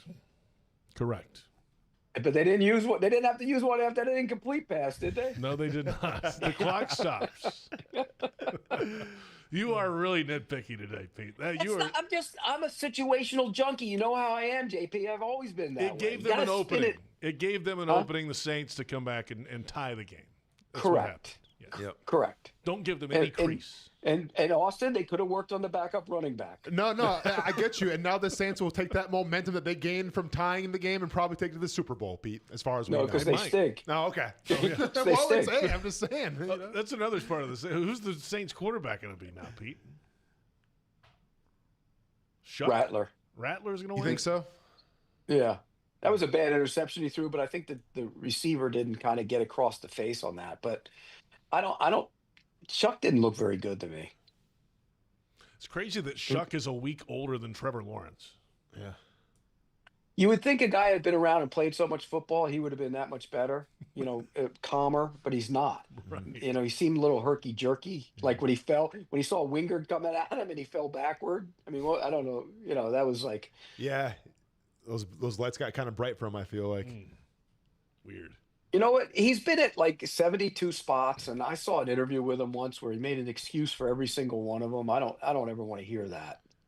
You know what I mean? At Oregon, I was supposed to be the starter, and then they brought in Anthony Brown, and he took the job, and they wanted him to be a starter. So I transferred. I went to Texas Tech, and when I went to Texas Tech, I got hurt. Nobody knew that, but I got hurt.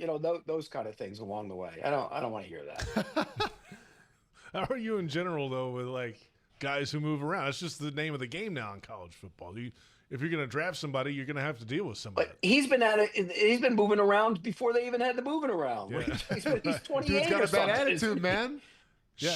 Should be named Show. Probably calls him Shuck. It's not his real name, probably. Pretty crazy. Because if you're moving around for I cash, have no idea. If you're moving around for an NIL check, that's a whole nother story. Come on. I'm doing a lot of moving. Come on. Pete's moving all the time. I'm moving every other Tuesday if you give me an NIL check. I love that.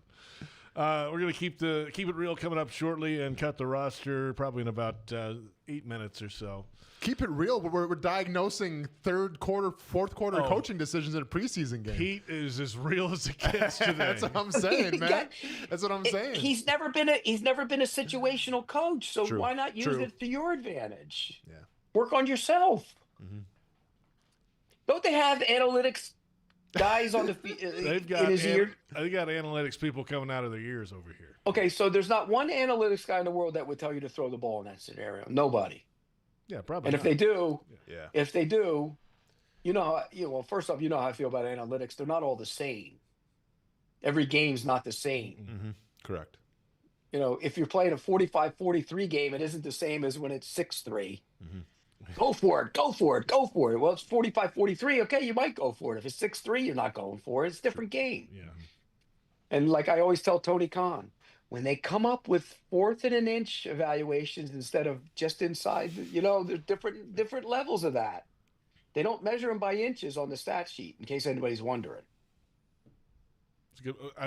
We weren't wondering. We knew no, that. But but it's a different. When they say, okay, animal. on 4th and 1, every time they get X amount of first downs in this scenario. Okay. Is it 4th and an inch? Or is it 4th and just inside the other yard line? A yard and a it's third. Not the same play. Yeah, no. No, and I agree with you, Pete. Like when it comes to analytics, I'm the same way. I'm definitely old school in my line of thinking when it comes to the whole analytical thing, just because there's a lot of variables that you don't take into account for, right? And momentum, I think, is a big thing in a football game, and that doesn't really get accounted in terms of analytics. I think it's crazy to think you can just go out a piece of paper or put it in a calculator, whatever you want to do, be a nerd about it, and go, okay, we should do this here because because I went to MIT, so I know what I'm talking about. Well, yeah, Austen, like if it's 4th and 1 in a situation where the game is tight and you're on your own 45, and all the 4th and 1 data says to go for it in that scenario, say you don't have a great run blocking offensive line, but the other teams do, and the data is better for them, but it's worse for how do you balance all that? And you have to be smart about it. That's where coaching instincts come into play, which is why I wanted Liam Cohen to use his coaching instincts in that scenario. Our Mr. Chubby's food option for the evening for our production staff tonight. We had some wings, some Chubby-style wings. We had. Did you get into them? I didn't get into the wings. I had a slice of a chicken quesadilla. Oh, because if you had the wings with that new beard, you might have had some of that sauce. Have a little left over here. And it would have been right next to the gray there, JP. Hey, Pete, are you going to grow a beard yourself here? What are you doing, man? We're doing this for the show. No. Okay. No. Pete, when was the last time you grew a beard? Never. Can you grow I don't think a I beard? could. I don't even think I can. I wouldn't want a beard. Why not? No offense to you two. It's got a lot of stuff in it. You get your food in it and stuff. It would cover up a lot of your, slights, Pete. I mean, look at your face. Look at that face. You're clearly covering it up for a reason. Hey, at least I came around and did it. Austen, I don't think I've ever seen you without the beard. I mean, you could probably go on Google and check out some college photos, Pete, but you're not missing much, man. Let me tell you. I think I look much better with the beard. And JP, what's your excuse? I was lazy for about a month during the summer, and I decided I liked it, and then I trimmed it up and kept it. Shaving's too much work. As a fellow bald man, you know what? Whenever a bald guy grows a beard, I think he's trying to get people to look away from the top of his head to the lower part. All the help I can get, Pete. I'll grow it wherever I can because there's certain places it's that like I a can't. distraction from your it's gone. So let's grow some here where I can grow some because I can't grow it up here anymore. No doubt about that. There's no fighting that. Like there's no circling the wagons anymore. Like it is all over. It's done. Oh, it's done. It's done. Mine went. Yours is gone. Austen still has a full head Talk of to hair. me in 10 years. I'm not going to be juicing or anything that stuff. I'm not going to trick it out or do all these medicines. You know what I always used to say is, could you imagine this is new for you in the summer, but one summer I took off and I got hair plugs or something. I came back into the office and they said, hey, everybody go, well, Pete's got fake hair now. It's worse than if you don't have any. Everybody talks and murmur about it. What, did he go to Turkey to get a hair transplant? Go to a brand new city, Pete, where nobody knows you. Get on this stuff But you know what I'm YouTube talking for a about? while. Like when I'm on the air, all of a sudden I got new hair. he's like one of the frat boys in Alabama. That's like back flopping down like when I was back like when I was a kid and I had the hair. You know? Man, I love it. Hey, let's come back. We're gonna cut the roster. This is one of our favorite exercises. I think Pete could have cut it like 2 weeks ago. Well, you could cut it too, by the way. And by the way, you heard Liam Cohn right away. What did he say? Other than 3 players, he knows what he's doing, right? Right. Yep. That's Basically, we can all cut the roster. I don't think it's much of a problem. All right. By the way, just for pictures, that's when I was a kid. Whoa, Dang! Look at the hair. Look at that flow right there. You just Pete. had that close by your desk. All of a sudden, yeah. Wow. No, I had a thing full of pictures in here. That was in my dad's house, but love that. Yeah, yeah. But I had a lot of hair. I had hair like that until I was in my 30s, and then it went. Oof, whoosh. And Too JP, much you never stress. had hair? We'll come back and get into this a little bit later, Pete. We got to go to break. Because you only like 35. I appreciate that. This is Jaguars Happy Hour, presented by Mr. Chubby's Wings.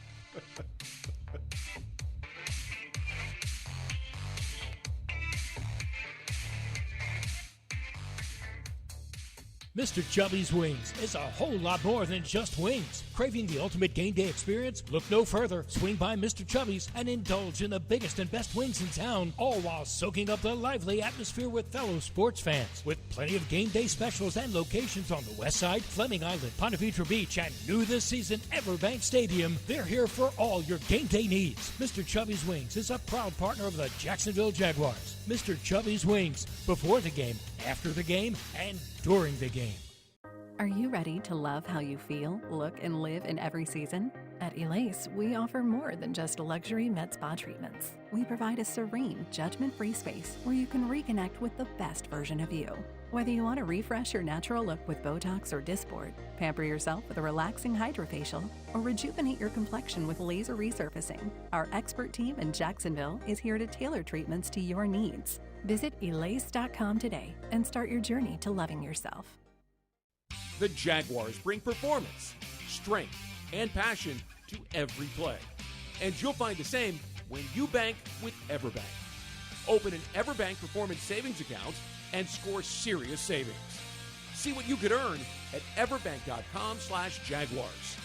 Everbank, Advantage You.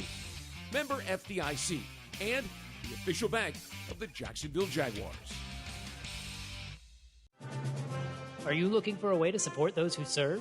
The Jaguars are proud to partner with VetTix, a national nonprofit doing amazing things for our veterans, service members, first responders, and their families.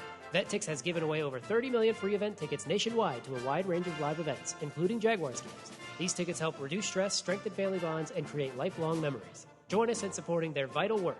To donate your unused tickets, discover how to become a member, or support their cause, visit vettix.org or firsttix.org today. It's game time, Jaguars fans.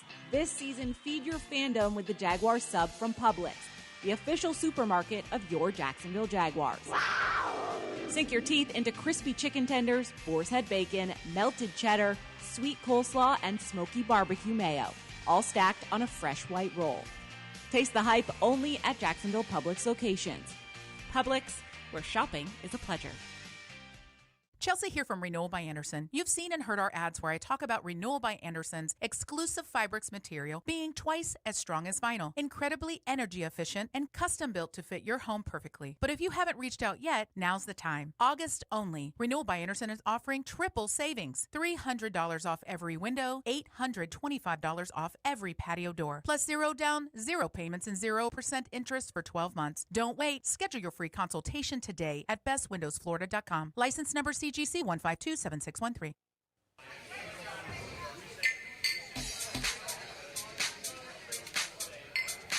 Welcome back. It is Jaguars Happy Hour. JP Shadrick, Austen Lane, Pete Prisco after a Jaguars tie. Preseason week 2, 17-17. This week, the Jaguars head to Miami. They'll work out in Davie against the Dolphins on Thursday and then play at Hard Rock Stadium in Miami Gardens on Saturday night, 7 o'clock kickoff time. And we're looking forward to the final preseason game. Liam Cohn expected to speak with the media tomorrow after practice. We'll get an update, maybe, they don't have to, but maybe an update on some of these injuries and maybe what they're thinking going into the matchup and the practice this week against the Miami Dolphins. It is time now for Keeping It Real, presented by Nobody. Can we just put this message out there? Yeah. Years ago, I used to put together a list when I was covering the team in the paper of who I thought would get cut and who might make the team.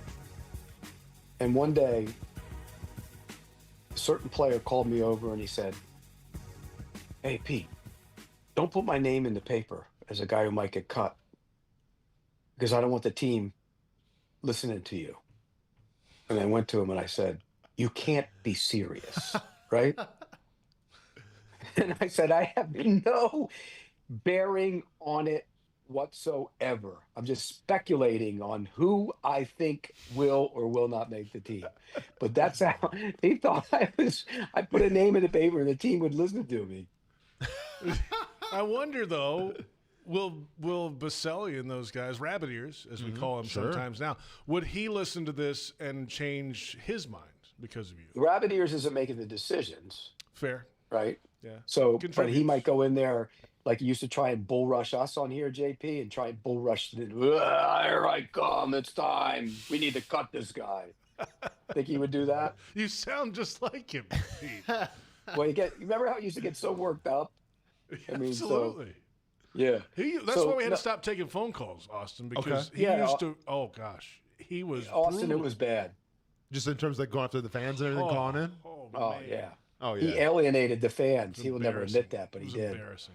Is he on Twitter or not? Probably not. Then if he's alienating the fans. Now. Oh really? Yeah, okay. I think he's still on there. All right. Is he thriving on there, or is he having some issues? I don't think he's very active. Is he trying to back at people? Okay, so it's Not okay anymore. then. No, Okay, no, good. no. Probably for the best. Yeah, that's All right, so let's cut the team. All right, you want to start on offense?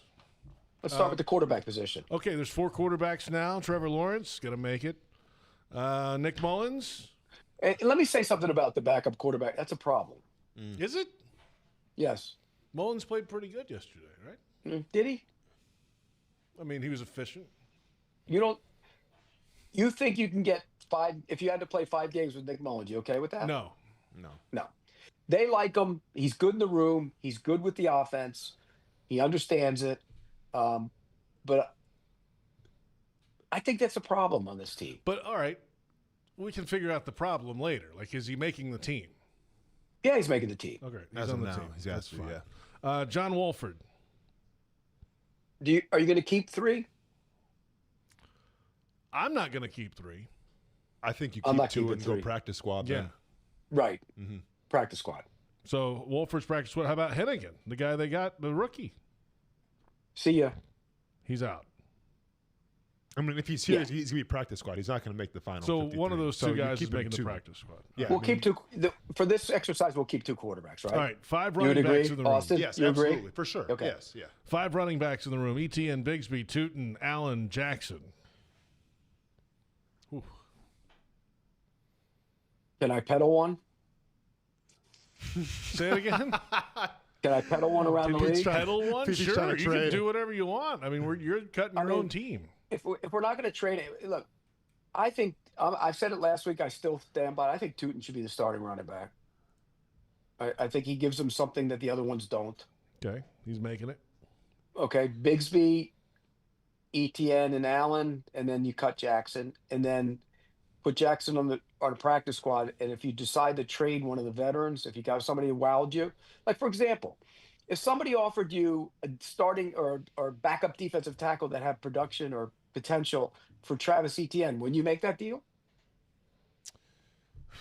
I mean, it depends who this backup is, but if he can play a 3 technique and provide me a decent interior pass rush, then I think I would seriously consider that trade. Yes, Pete. Yeah. So that's right now. If we're going to cut this for this exercise without trading anybody or making any deal, I keep the 4 top guys.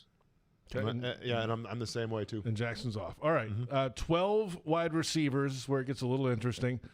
De'Ami Brown, Brian Thomas Jr., Eli Pancol, Parker Washington, Travis Hunter, Dorian Singer, Chandler Brayboy, Cam Camper, Josh Cephas, Austin Trammell, Trenton Irwin, Darius Lassiter. Let's start with Let's keep 5. the numbers too. So we got 2 quarterbacks and 4 running backs. Okay. Yes. All right. 6. So wide receivers, you keep the first 4 are definite. De'Ami Brown, counting Hunter, Brian Thomas Jr., Parker Washington, Travis Hunter. Correct. Those are definite. I get he's a training camp darling, but I do like Cephas a lot. Except it took him about a half hour when he took the jet sweep. Is he doing much on special teams? Because they're not going to be 5 wide much. I'm not so sure number 5 or number 6 is on somebody else's roster right now. Oh. Interesting. Okay. But for this exercise, let's keep 5 and 6. Okay. Who are we keeping? I mean, I'm probably keeping Cephas because he has done some offensive things. I just don't know enough about his special teams prowess. Yeah, I don't either. Trenton Irwin has done some things too. Well, yeah, Trenton Irwin's probably more the special teams guy too, yeah? In terms of returns. But what about coverage? Because you need a guy that can cover too. I've been hearing it's like Tim Jones. Tim Jones got kept all the time because he could do that stuff. Mm-hmm. I've been hearing Chandler Brayboy's name a little bit, the rookie from Elon. I still think 5 or 6 is still on somebody else's roster. That's my belief. But for this exercise, we'll keep 5. Let's keep 6. You got to keep 6. All right, we're keeping 6. All right, keeping 6. Moving on to tight ends. Which 2? What are the other 2 we're keeping? Though? All right, I'm going to keep Cephas and Irwin. Okay. All right, I'm okay with that. But you also got Austen Trammell too, 4th-year player. You know what? I'd keep Trammell ahead of Irwin. Would you? Yeah, I think he's a better receiver. Cool. All right, tight ends. There are 7 on the roster at the moment, but they're not going to keep 7. I know Brenton Strange is going to make it. That's 1. I think you go 3 here. I think you go Strange. You got Long and Munt. Hunter Long, and then I go Johnny Munt. Johnny Munt. Yeah, those 3. That's 3. Yeah, makes sense to me. That's 3. Okay, so we're at 9, 4 is 13, 15. And we haven't got to the offensive line yet. Okay. So are you keeping 10? With this group, I would keep 10, particularly with guys dinged up a little bit. So let's you got the 5 starters that we projected. Mm-hmm. We can read them again for the audience. Little, Cleveland, Hainsey, McCary, and Harrison. Yes. Mm-hmm. Okay, then Monheim is for sure. Milam's for sure. That's 7. Now Udoka, that's 8. Yep. Mm-hmm. Fred Johnson, 9. He's only on a 1-year deal. You could send him packing and not cost you anything. When's Van Lanen supposed to be right? back? He hasn't practiced. He's Right. been out. That could be the question. Like, mark, do you put him on the short term and bring him back? So then you would keep somebody else. So that gets us to 9 if we cap Fred Johnson. Yeah. Is there a 10th? There's not a 10th. Not really. You might just keep 9 for now and then make Because it Foster 10. Foster hasn't been very good. Maybe you make it 10 if Van Lanen's healthy at some point. Yeah, it's 9 now. Okay. That's 9. All right, that's 12 plus 6 is 18. That's 4 is 22 plus 2 is, what did I say? 24. Math There will be one more offensive guy. I think they'll keep 25. You count the kickers 26. You know, the punter counts on the other side. So now, are you counting Travis Hunter as a receiver only? Or both ways? No, we'll count him as the unicorn. Okay. 1 spot reserved for the unicorn. Got it. What they called Denard Robinson the offensive weapon? Remember that? Well, but Travis Hunter told me. Remember when I was here? He said he's the unicorn. Yeah, that's true. Self-appointed. All right, let's do defense quickly here before we get to another break here coming up. How many defensive linemen are you keeping, guys? Austin, what do you normally keep? I mean, this one's tricky. You could justify 8. I almost want to go 9 here, especially with the guy that you just traded for, possibly. Or you could go 10. Well, how do you count like the edge guy, like Gardeck? Is he a lineman or a linebacker? He's listed as a linebacker. See, I would count him as a linebacker. Okay. And this so defense. let's go to Walker. The ends are Walker, Hines Allen, Agba, Smoot. It's 4. Okay, for now. Mm-hmm. Then we got inside. You got Armstead if he ever returns. Mason Smith, Hamilton, Saunders, the new guy. You don't trade for him if you're not going to keep him. 5. That's 8 right now. Then it comes down to you got the guy Tyler Lacey. Agba is considered deep. I mean, he's more of an end, I guess, but you got to keep Agba. No, Agba's already on our list. Oh, he's on the list. Sorry. Okay. Yeah. Sorry. Okay. Lacey or like Jordan Jefferson, nose tackle, or the guy they just signed, the big kid that was with the Bills before. What's his name? Austen Johnson. Johnson, for big size. I mean, he's a bigger guy. Mm. And then, is there a backup end for a fifth end? Miles Cole. Yeah. Wow. Wow. Coach wants to see you bring a playbook. I think Gardeck can play end in some scenarios too. He can put his hand on the ground. He's done it before. Okay. All right. So there will be 9. One more defensive tackle maybe. Well, then are we going to count Saunders though? Do we count Saunders? Yeah, we did. Okay. Mm-hmm. We got 5 defensive tackles. We don't have a defensive end. So right? Because you got to figure one of those defensive tackles, Jefferson, Lacey, or Austin Johnson might be on the team. Yeah. Mm-hmm. All right. Particularly with the injuries.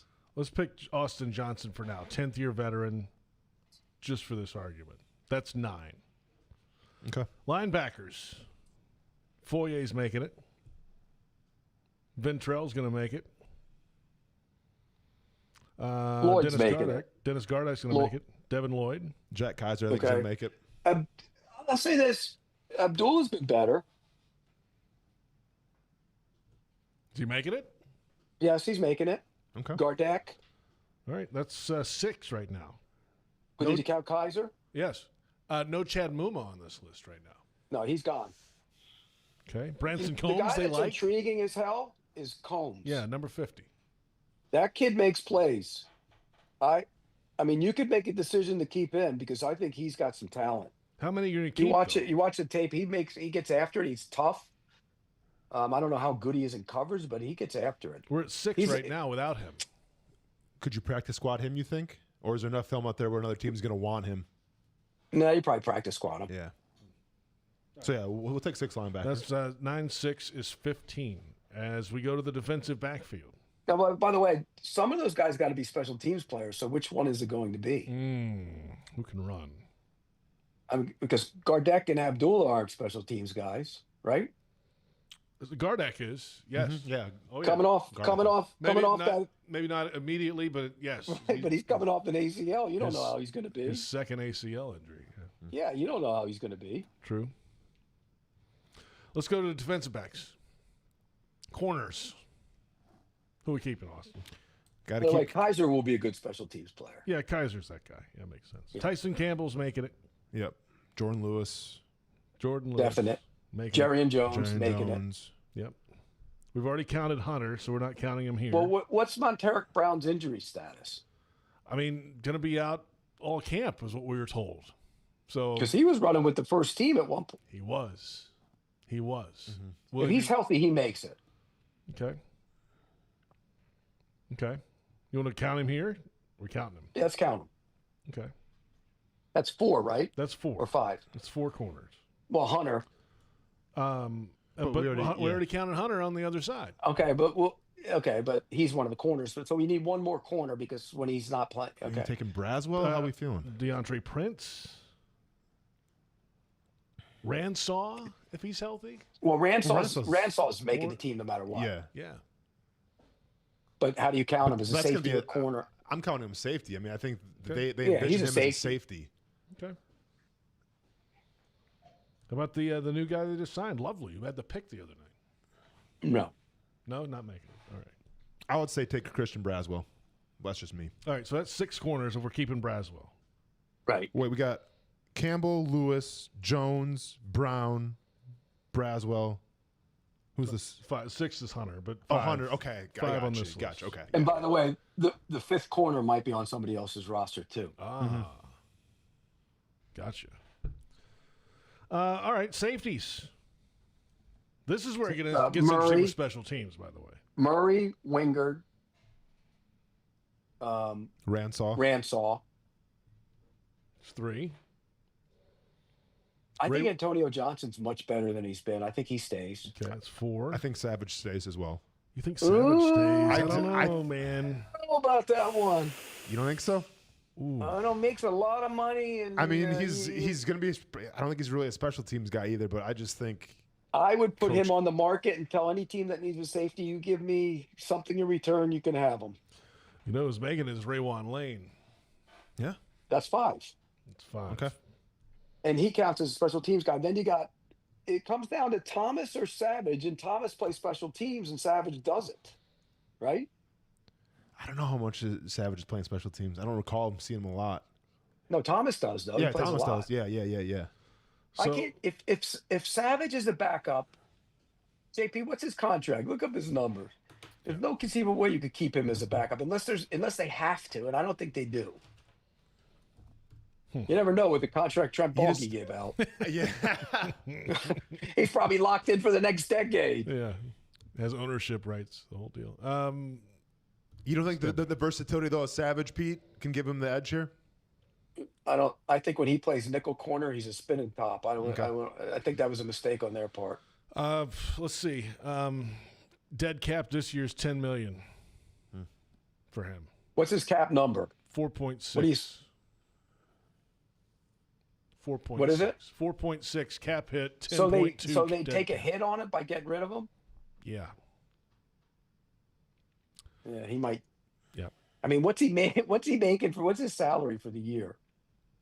His salary is an average of what? Let's see here. 3 years, $21 million, so 7.2 average. Yeah, but what's his actual salary? Base salary 2.2. Yeah, I don't know if I keep him. Okay. Man, are we sure about Devin Lloyd? By the way, Top 10 linebacker in the NFL. Just ask PFF. It's a new group, Pete. Yeah, but okay, in that scenario, if he doesn't make it, if you cut him, which I don't think they're going to cut him, but if you cut him, that means you keep the kid from Wake Forest, Combs. Okay, yeah, he makes it then. Okay, that's So then something. I think it's something to watch. Your 3 linebackers are Miller, Alua Khan, and Kaiser will be the top 3. I mean, you're not wrong. Like, it was a statement for how long he was in, right? Like, if you're a starting linebacker, you should have been out in after 2 or 3 series, and he was out there for predominantly the entire game. So that does. But not speak only that, volumes. he also got rotated out with the ones. Yeah. So that does speak a little bit, but. So we've cut the roster. There it is. It's done deal. I don't think they're cutting Lloyd. I don't. Anybody want Devin Lloyd for a defensive tackle? I bet they do that. Yeah. Let's come. Oh, yeah, maybe backup quarterback. Oh. I mean, if they got to play with Nick Mullins, you might as well punt on the season. That's all I'm saying. Wow. Okay, Pete. Well, I mean, do you think he's that's good? Any team in the league could say that. Like, with a backup. Most teams. Yeah.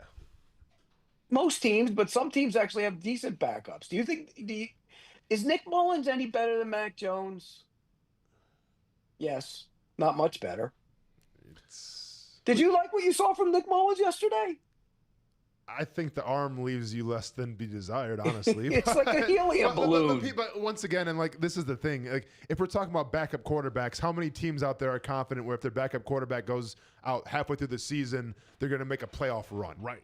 Like I understand we always have the Nick Foles experience in Philly, but that's an anomaly, right? So Well, I agree with you. But look, okay, look at Cleveland right now. Okay, give you an example. Indianapolis, would you rather have Daniel Jones? If Richardson starts, is Daniel Jones the better backup to have than Nick Mullins? Sure. I absolutely agree with that. I think Jameis Winston would be a better backup, right? Like, I mean, you can make and he's third. Yeah. Trade for Jameis. There you go. Okay, let's come back in a moment. We've had enough of this. I like that, Austin.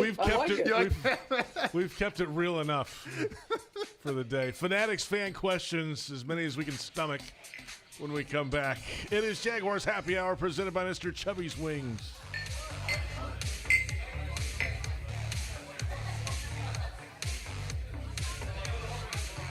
Mr. Chubby's Wings is a whole lot more than just wings. Craving the ultimate game day experience? Look no further. Swing by Mr. Chubby's and indulge in the biggest and best wings in town, all while soaking up the lively atmosphere with fellow sports fans. With plenty of game day specials and locations on the West Side, Fleming Island, Ponte Vedra Beach, and new this season, Everbank Stadium, they're here for all your game day needs. Mr. Chubby's Wings is a proud partner of the Jacksonville Jaguars. Mr. Chubby's Wings, before the game, after the game, and during the game.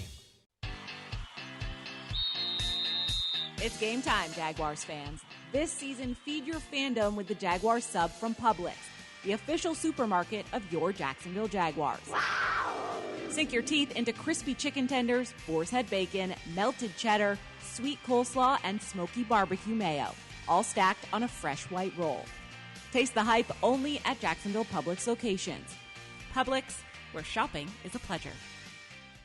It's the summer sales event with the Ford Groom. Sam, 30 seconds on the clock. The Ford Summer Sales Event. Great time to buy. Correct. What do we have amazing deals on this summer? Ford trucks and SUVs. Is Ford America's all-time best-selling auto brand? Let me think. Yeah, it is. 3 for 3. What do I win? You get to work at the Ford Summer Sales Event. Amazing. I think I was going to do that anyway. You betcha. Based on Automotive News Almanac historical data and industry-reported sales data from 1909 through 2024 CY. To aim higher, run faster. It's what elite athletes do. Always strive for better. At UF Health, we have that same DNA to not just treat a stroke, but to create a fleet of mobile stroke treatment units. To not just do research, but to use AI to save lives with one of the most powerful supercomputers in academia. We believe, like athletes, that human progress has no finish line. UF Health, National Medical Center for Team USA. No. What now? The toilet. It's growling at me. Growling? Seriously? It's alive. The water's rising. I swear it's plotting revenge. Relax. I'll call Duck Duck Rooter before it takes over the house. Got a plumbing emergency? Don't wait for the drama. Call Duck Duck Rooter, your local plumbing pros and proud partner of the Jacksonville Jaguars. DuckDuckRooter.com. What's the best part about lawn care during the winter? You can give it a rest. Lawns only need watering up to once a week. Really, that's it. Using less water means you're saving time and money that you can put towards something else. Before you run your sprinklers, remember, give it a rest and only water up to once a week. For more information, visit waterlessflorida.com.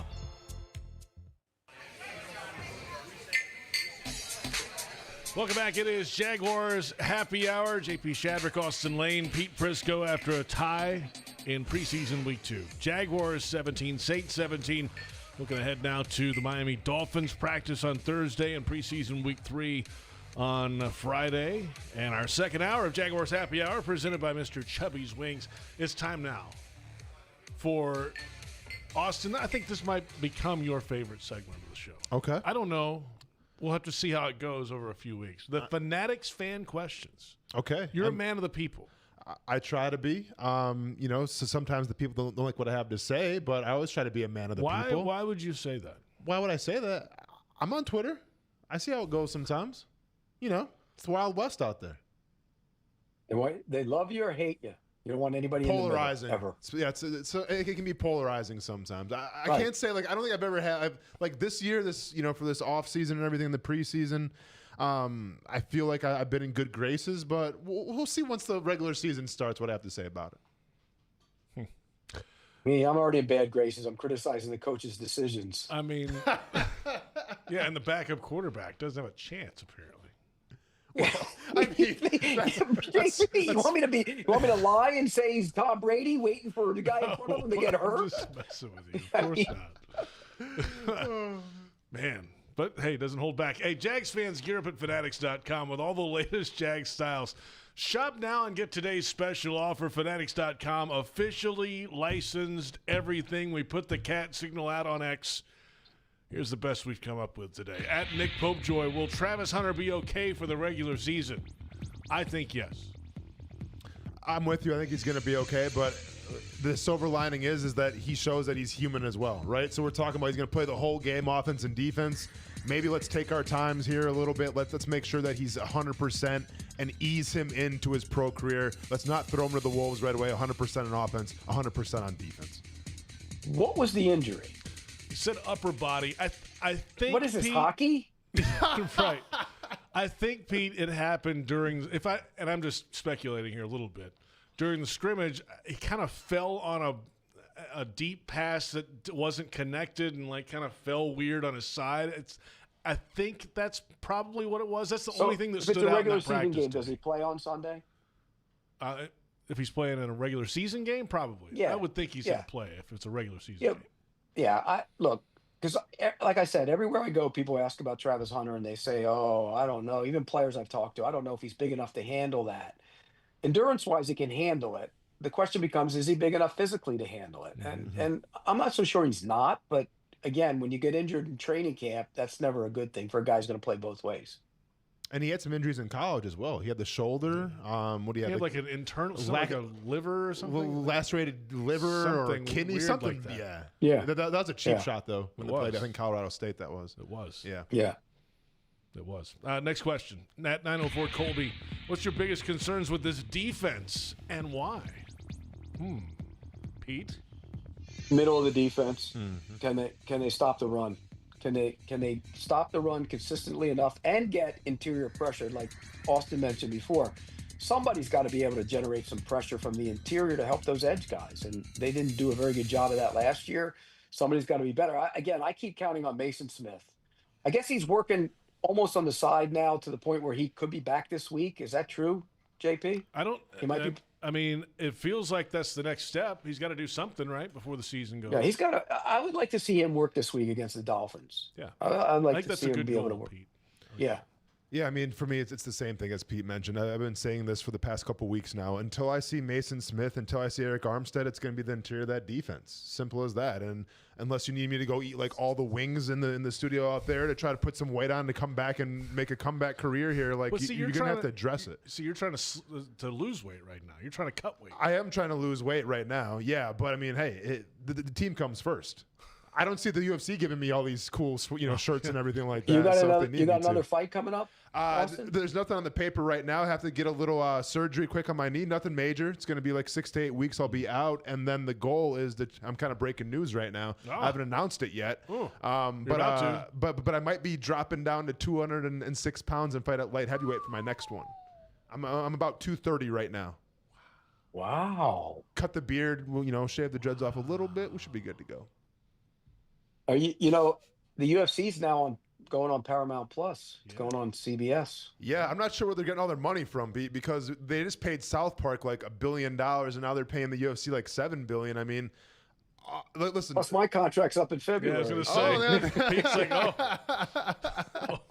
I mean, hey, the $7 billion looks good. I hope the fighters see some of it because I'll take it. It's not like the NFL where we're splitting the pie. The UFC, they have a majority of the pie, and then we get some scraps every once in a while. Let's get a couple more questions in before we call it here. At DTWD2882, by the end of the season, Brenton Strange will be viewed as a top 5 tight end of the league. From what have you seen from him, and do you feel like this is possible? Pete? I don't think he's getting the top 5, but he'll be in the top 10.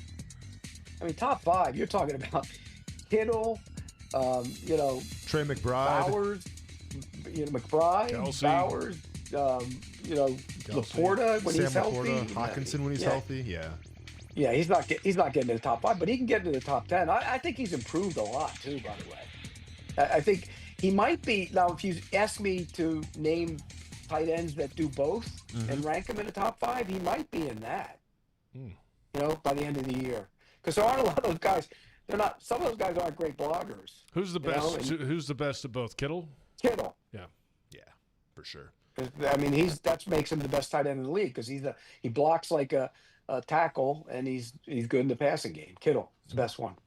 Yeah, I agree with that. And I get when we say top 5, we always get the fantasy relevancy, right? Who's going to be the fantasy football tight end? And I don't think Brenton Strange can be a top 5 in terms of fantasy purposes. But if you want to combine the blocking and the run game and the receiving, yeah, I think top 7 could be doable from him. What do you think his numbers are? What do you think he? That's what you got to ask yourself. What are his numbers? Well, how many catches? How many catches are all these other receivers getting? Well, how many catches did he have last year when they didn't use him? I mean, I'm not even going to look that up, Pete. But I'd say he should have 7 touchdowns and 50 or so catches. That's what it should be. Because I think we're starting to see now with Brenton Strange, like he's going to become Trevor Lawrence's security blanket, I think. And if Trevor can keep getting that confidence in the pocket, we've been saying he looks different. I don't call him like a check down guy like Evan Ingram was back a couple years ago, but I think in terms of a security blanket, he can be that guy for Trevor. But again, on the opening throw, he's down the seam. He's wide open. You got to throw that. I think that's where he's going to become more of a factor than he was even a year ago. So 50-7, that'd be a good season for him, right? 50 catches, 7 touchdowns. I'll take that. Yeah, that's not a bad season. Yeah. No, and plus his blocking, that makes him one of the top 10. That would make him one of the top 10 tight ends in the league. I like that. That's it for Fanatics fan questions tonight. Appreciate all the submissions. We'll get to more as the season goes along. We'll come back in a moment. We'll get our final thoughts. Going into the Dolphins game, Pete's going to be at practice? Yeah, Thursday. Are you going to be there? Oh, I'll be there. We'll come back and dig into this a little bit when we got return. It's Jaguars Happy Hour presented by Mr. Chubby's Wings.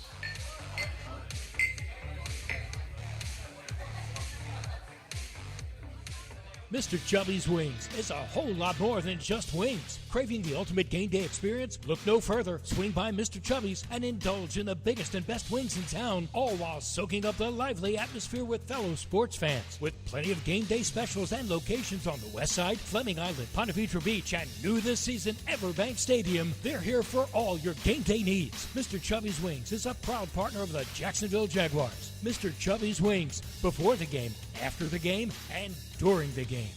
Since 2014, there's been only one official home builder of the Jaguars, Dream Finders Homes. With quality-built homes and a speedy move-in process, we're in 20-plus communities in the best locations across Northeast Florida. Dream Finders Homes is everywhere you want to live. So get off the sidelines, Jags fans, and get into the game. Let Dream Finders help you navigate your home purchase and offer great interest rates. Visit DreamFindersHomes.com for all your move-in ready homes and step up your game. Are you looking for a way to support those who serve? The Jaguars are proud to partner with VetTix, a national nonprofit doing amazing things for our veterans, service members, first responders, and their families. VetTix has given away over 30 million free event tickets nationwide to a wide range of live events, including Jaguars games. These tickets help reduce stress, strengthen family bonds, and create lifelong memories. Join us in supporting their vital work. To donate your unused tickets, discover how to become a member, or support their cause, visit vettix.org or firsttix.org today. What's Here is a place that generations have trusted to help their kids grow up healthy and strong. What's Here are caregivers with knowledge and expertise rivaling any children's hospital in the world. What's Here is the only Level 1 pediatric trauma center in our region. What's Here is Wolfson Children's Hospital, with the technology, research, and dedication to save and change countless young lives. Wolfson Children's, always here. Visit wolfsonchildrens.com. When disaster strikes, trust the experts at Surf Pro. As a proud partner of the Jacksonville Jaguars, they bring the same dedication and precision to restoring your property as the Jaguars do on the field. Whether it's water, fire, or storm damage, their highly trained professionals are on call 24/7 to make it like it never even happened. Surf Pro, your local leader in restoration and cleanup. Watch the game, host your crew, or just unwind at BC Grill and Patio at Sheridan Jacksonville, part of the Marriott family of hotels. Enjoy craft cocktails, tasty bites, and indoor-outdoor seating perfect for watch parties, happy hours, and events. Mention this radio ad for 10% off food and drinks.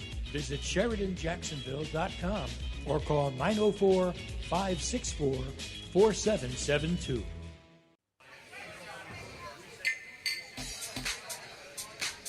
Welcome back. Final moments of Jaguars Happy Hour on this Monday, presented by Mr. Chubby's Wings from the Hyundai Studios at the Miller Electric Center. JP Shadrick, Austen Lane, and Pete Prisco down in South Florida. For 12 years, Dream Finders Homes has been proud to call themselves the official home builder of the Jacksonville Jaguars. Visit DreamFindersHomes.com for all the available inventory, and go Jags. Jags will go to Miami this week, and they'll practice against the Dolphins Thursday in Davie at their practice facility, and then the game is Saturday. Are the Dolphins any good, Pete? No, they're not. But they have some good young players. I've been impressed with like Kenneth Grant, the defensive tackle from Michigan. Really impressive looking kid. So I think their lines are better than they've been. The left tackle, Patrick Paul, a guy I really like, has been outstanding this preseason. So they have talent. I just don't think they're deep enough. And I think their secondary is bad. The corners are really bad. And it'll be interesting to see how they practice because I watched the joint practice between Miami and Washington last year. Washington comes out on the field, they got all their uniforms on and everything, and Miami's over there, and half the guys are dressed, some of them are doing, they're not practicing. It's so haphazard with that guy. I don't know, but it'll be interesting to see if they going to pad it up. I mean, what's the point if they don't? Right. Yeah. I would, but Miami and Washington did not. Remember when the Bucks came here? They padded one day and then didn't the next. We're Right. like, what is that? Yeah, I hope they pad it up. I want to see padded practice. You would hope By so. the way, that practice facility, you walk in, you look around, you go, oh my God, it looks just like the one here. I think that's the idea. I think it was that It's easy. almost identical. I think almost that was identical. the idea is to save on design, time, and cost was just almost basically copy that one. Pete, what do you attribute to? Because like usually you see a team with a joint practice, but the Miami Dolphins have taken it upon themselves to get like every joint practice that they can. You know, like what is there just? Is there a question of toughness? Austen, you know what I think that was when they went up there? Yeah. It was a team that had been kind of frayed, Okay. and he's trying to bring them back together. And he thought if he goes away for 11 days as a team together, and they work and have the work, but it's more about the bonding of the team. Because they left on a, if I'm not mistaken, they left on a Tuesday, practiced with the Bears, or with the Lions Wednesday, Thursday, played that game, and then or the other way around, and then played the Lions. So they were up there for 11 days. They were away from their facility for 11 days. That's a long time in training camp. I mean, if I'm gonna be gone for 11 days and I'm the Miami Dolphins, I'm going to Antarctica so I can actually play in the cold for once. I'm gonna take my guys to Antarctica and set a precedent. Like, hey, you guys are gonna learn how to play in cold weather because playing in Lambeau last year, I wasn't it. No, that's like they don't. But they're terrible in cold weather. That's what I'm because saying. They're not tough. Antarctica, here they're we not come. tough. They're not tough. It's not a tough team. Let's put it this way: if Jacksonville goes down there and has problems with that team, that's a major red flag. Red flag. Yep, major red flag. Is their coach going to make it? Not after this year.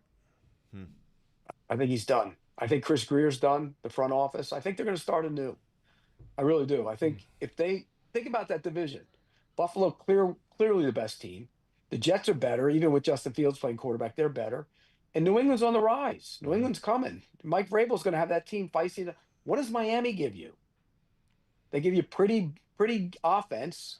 You know they're going to curl up in the fetal position when it's time to play tough, and they just don't have the secondary. Their starting corners are off the scrap heap. Yeah, it's crazy. If you see like the roster a couple years ago, like that was the window it seemed like for Miami to make a run, and they didn't really even come close to that. So explosive with that speed on offense. Yeah, offensively they'll score points. But Austen, think about this. After the season, he was talking about he kept finding players and they were still late. What do you mean? What do you mean? And clearly it was Jalen Ramsey, along with who by the way is a problem wherever he goes. Yeah. And Tyreek Hill doing what he wants to do. But you're the head coach. You got to. I don't care who the hell they are. You're on my team. You're doing it my way, or you're not playing. Pete, aren't you the one that told Jalen to be the villain? Don't be stupid. I thought that was you. I did tell him to be the villain, but to cash in on his being a villain. But he got to show up for work on time. And from what I know, when I was told, the team would be on the field, and like 20 minutes later, he'd come sneaking in and get into practice. You know, he was one of those guys. Joe, like nobody saw me.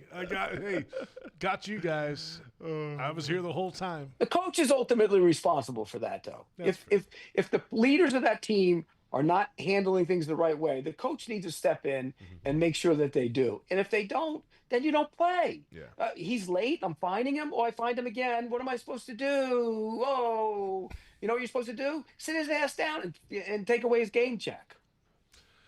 Jaguars approach this week. With this being the only joint practice, I would assume that starting guys will get a lot of their work in the practice and probably not in the game. Should. And probably not in the game. No, and should. Yeah, no, well, without a doubt. You know, and especially I don't expect them playing the last preseason game. All right, so then go do your work against another team with a different colored jersey on and show them what you can do. And to echo Pete's point, like on defense, you should be able to carve that Dolphins team up. On offense, whether Tyreek Hill's going to be practicing or not, like it'll keep at least, I think, this Jaguars secondary honest. And if we get a little Travis Hunter-Tyreek Hill matchup, I won't be mad at that. Nothing wrong with that at all. No, I'd like to see that, actually. Should be a pay-per-view right there. Yeah. And by the way, next when they do play the Dolphins, that's what life's going to be like without Trevor Lawrence. Enjoy it. If he's not playing, because you're going to see Nick Mullins play a lot. Pete, we'll see you on the practice field Thursday. Pete Prisco, Austen Lane. Thanks to our entire crew, David Cho, Brent Reaver, Joe Fortunato. Thanks to you for watching and listening. This has been Jaguars Happy Hour, presented by Mr. Chubby's Wings.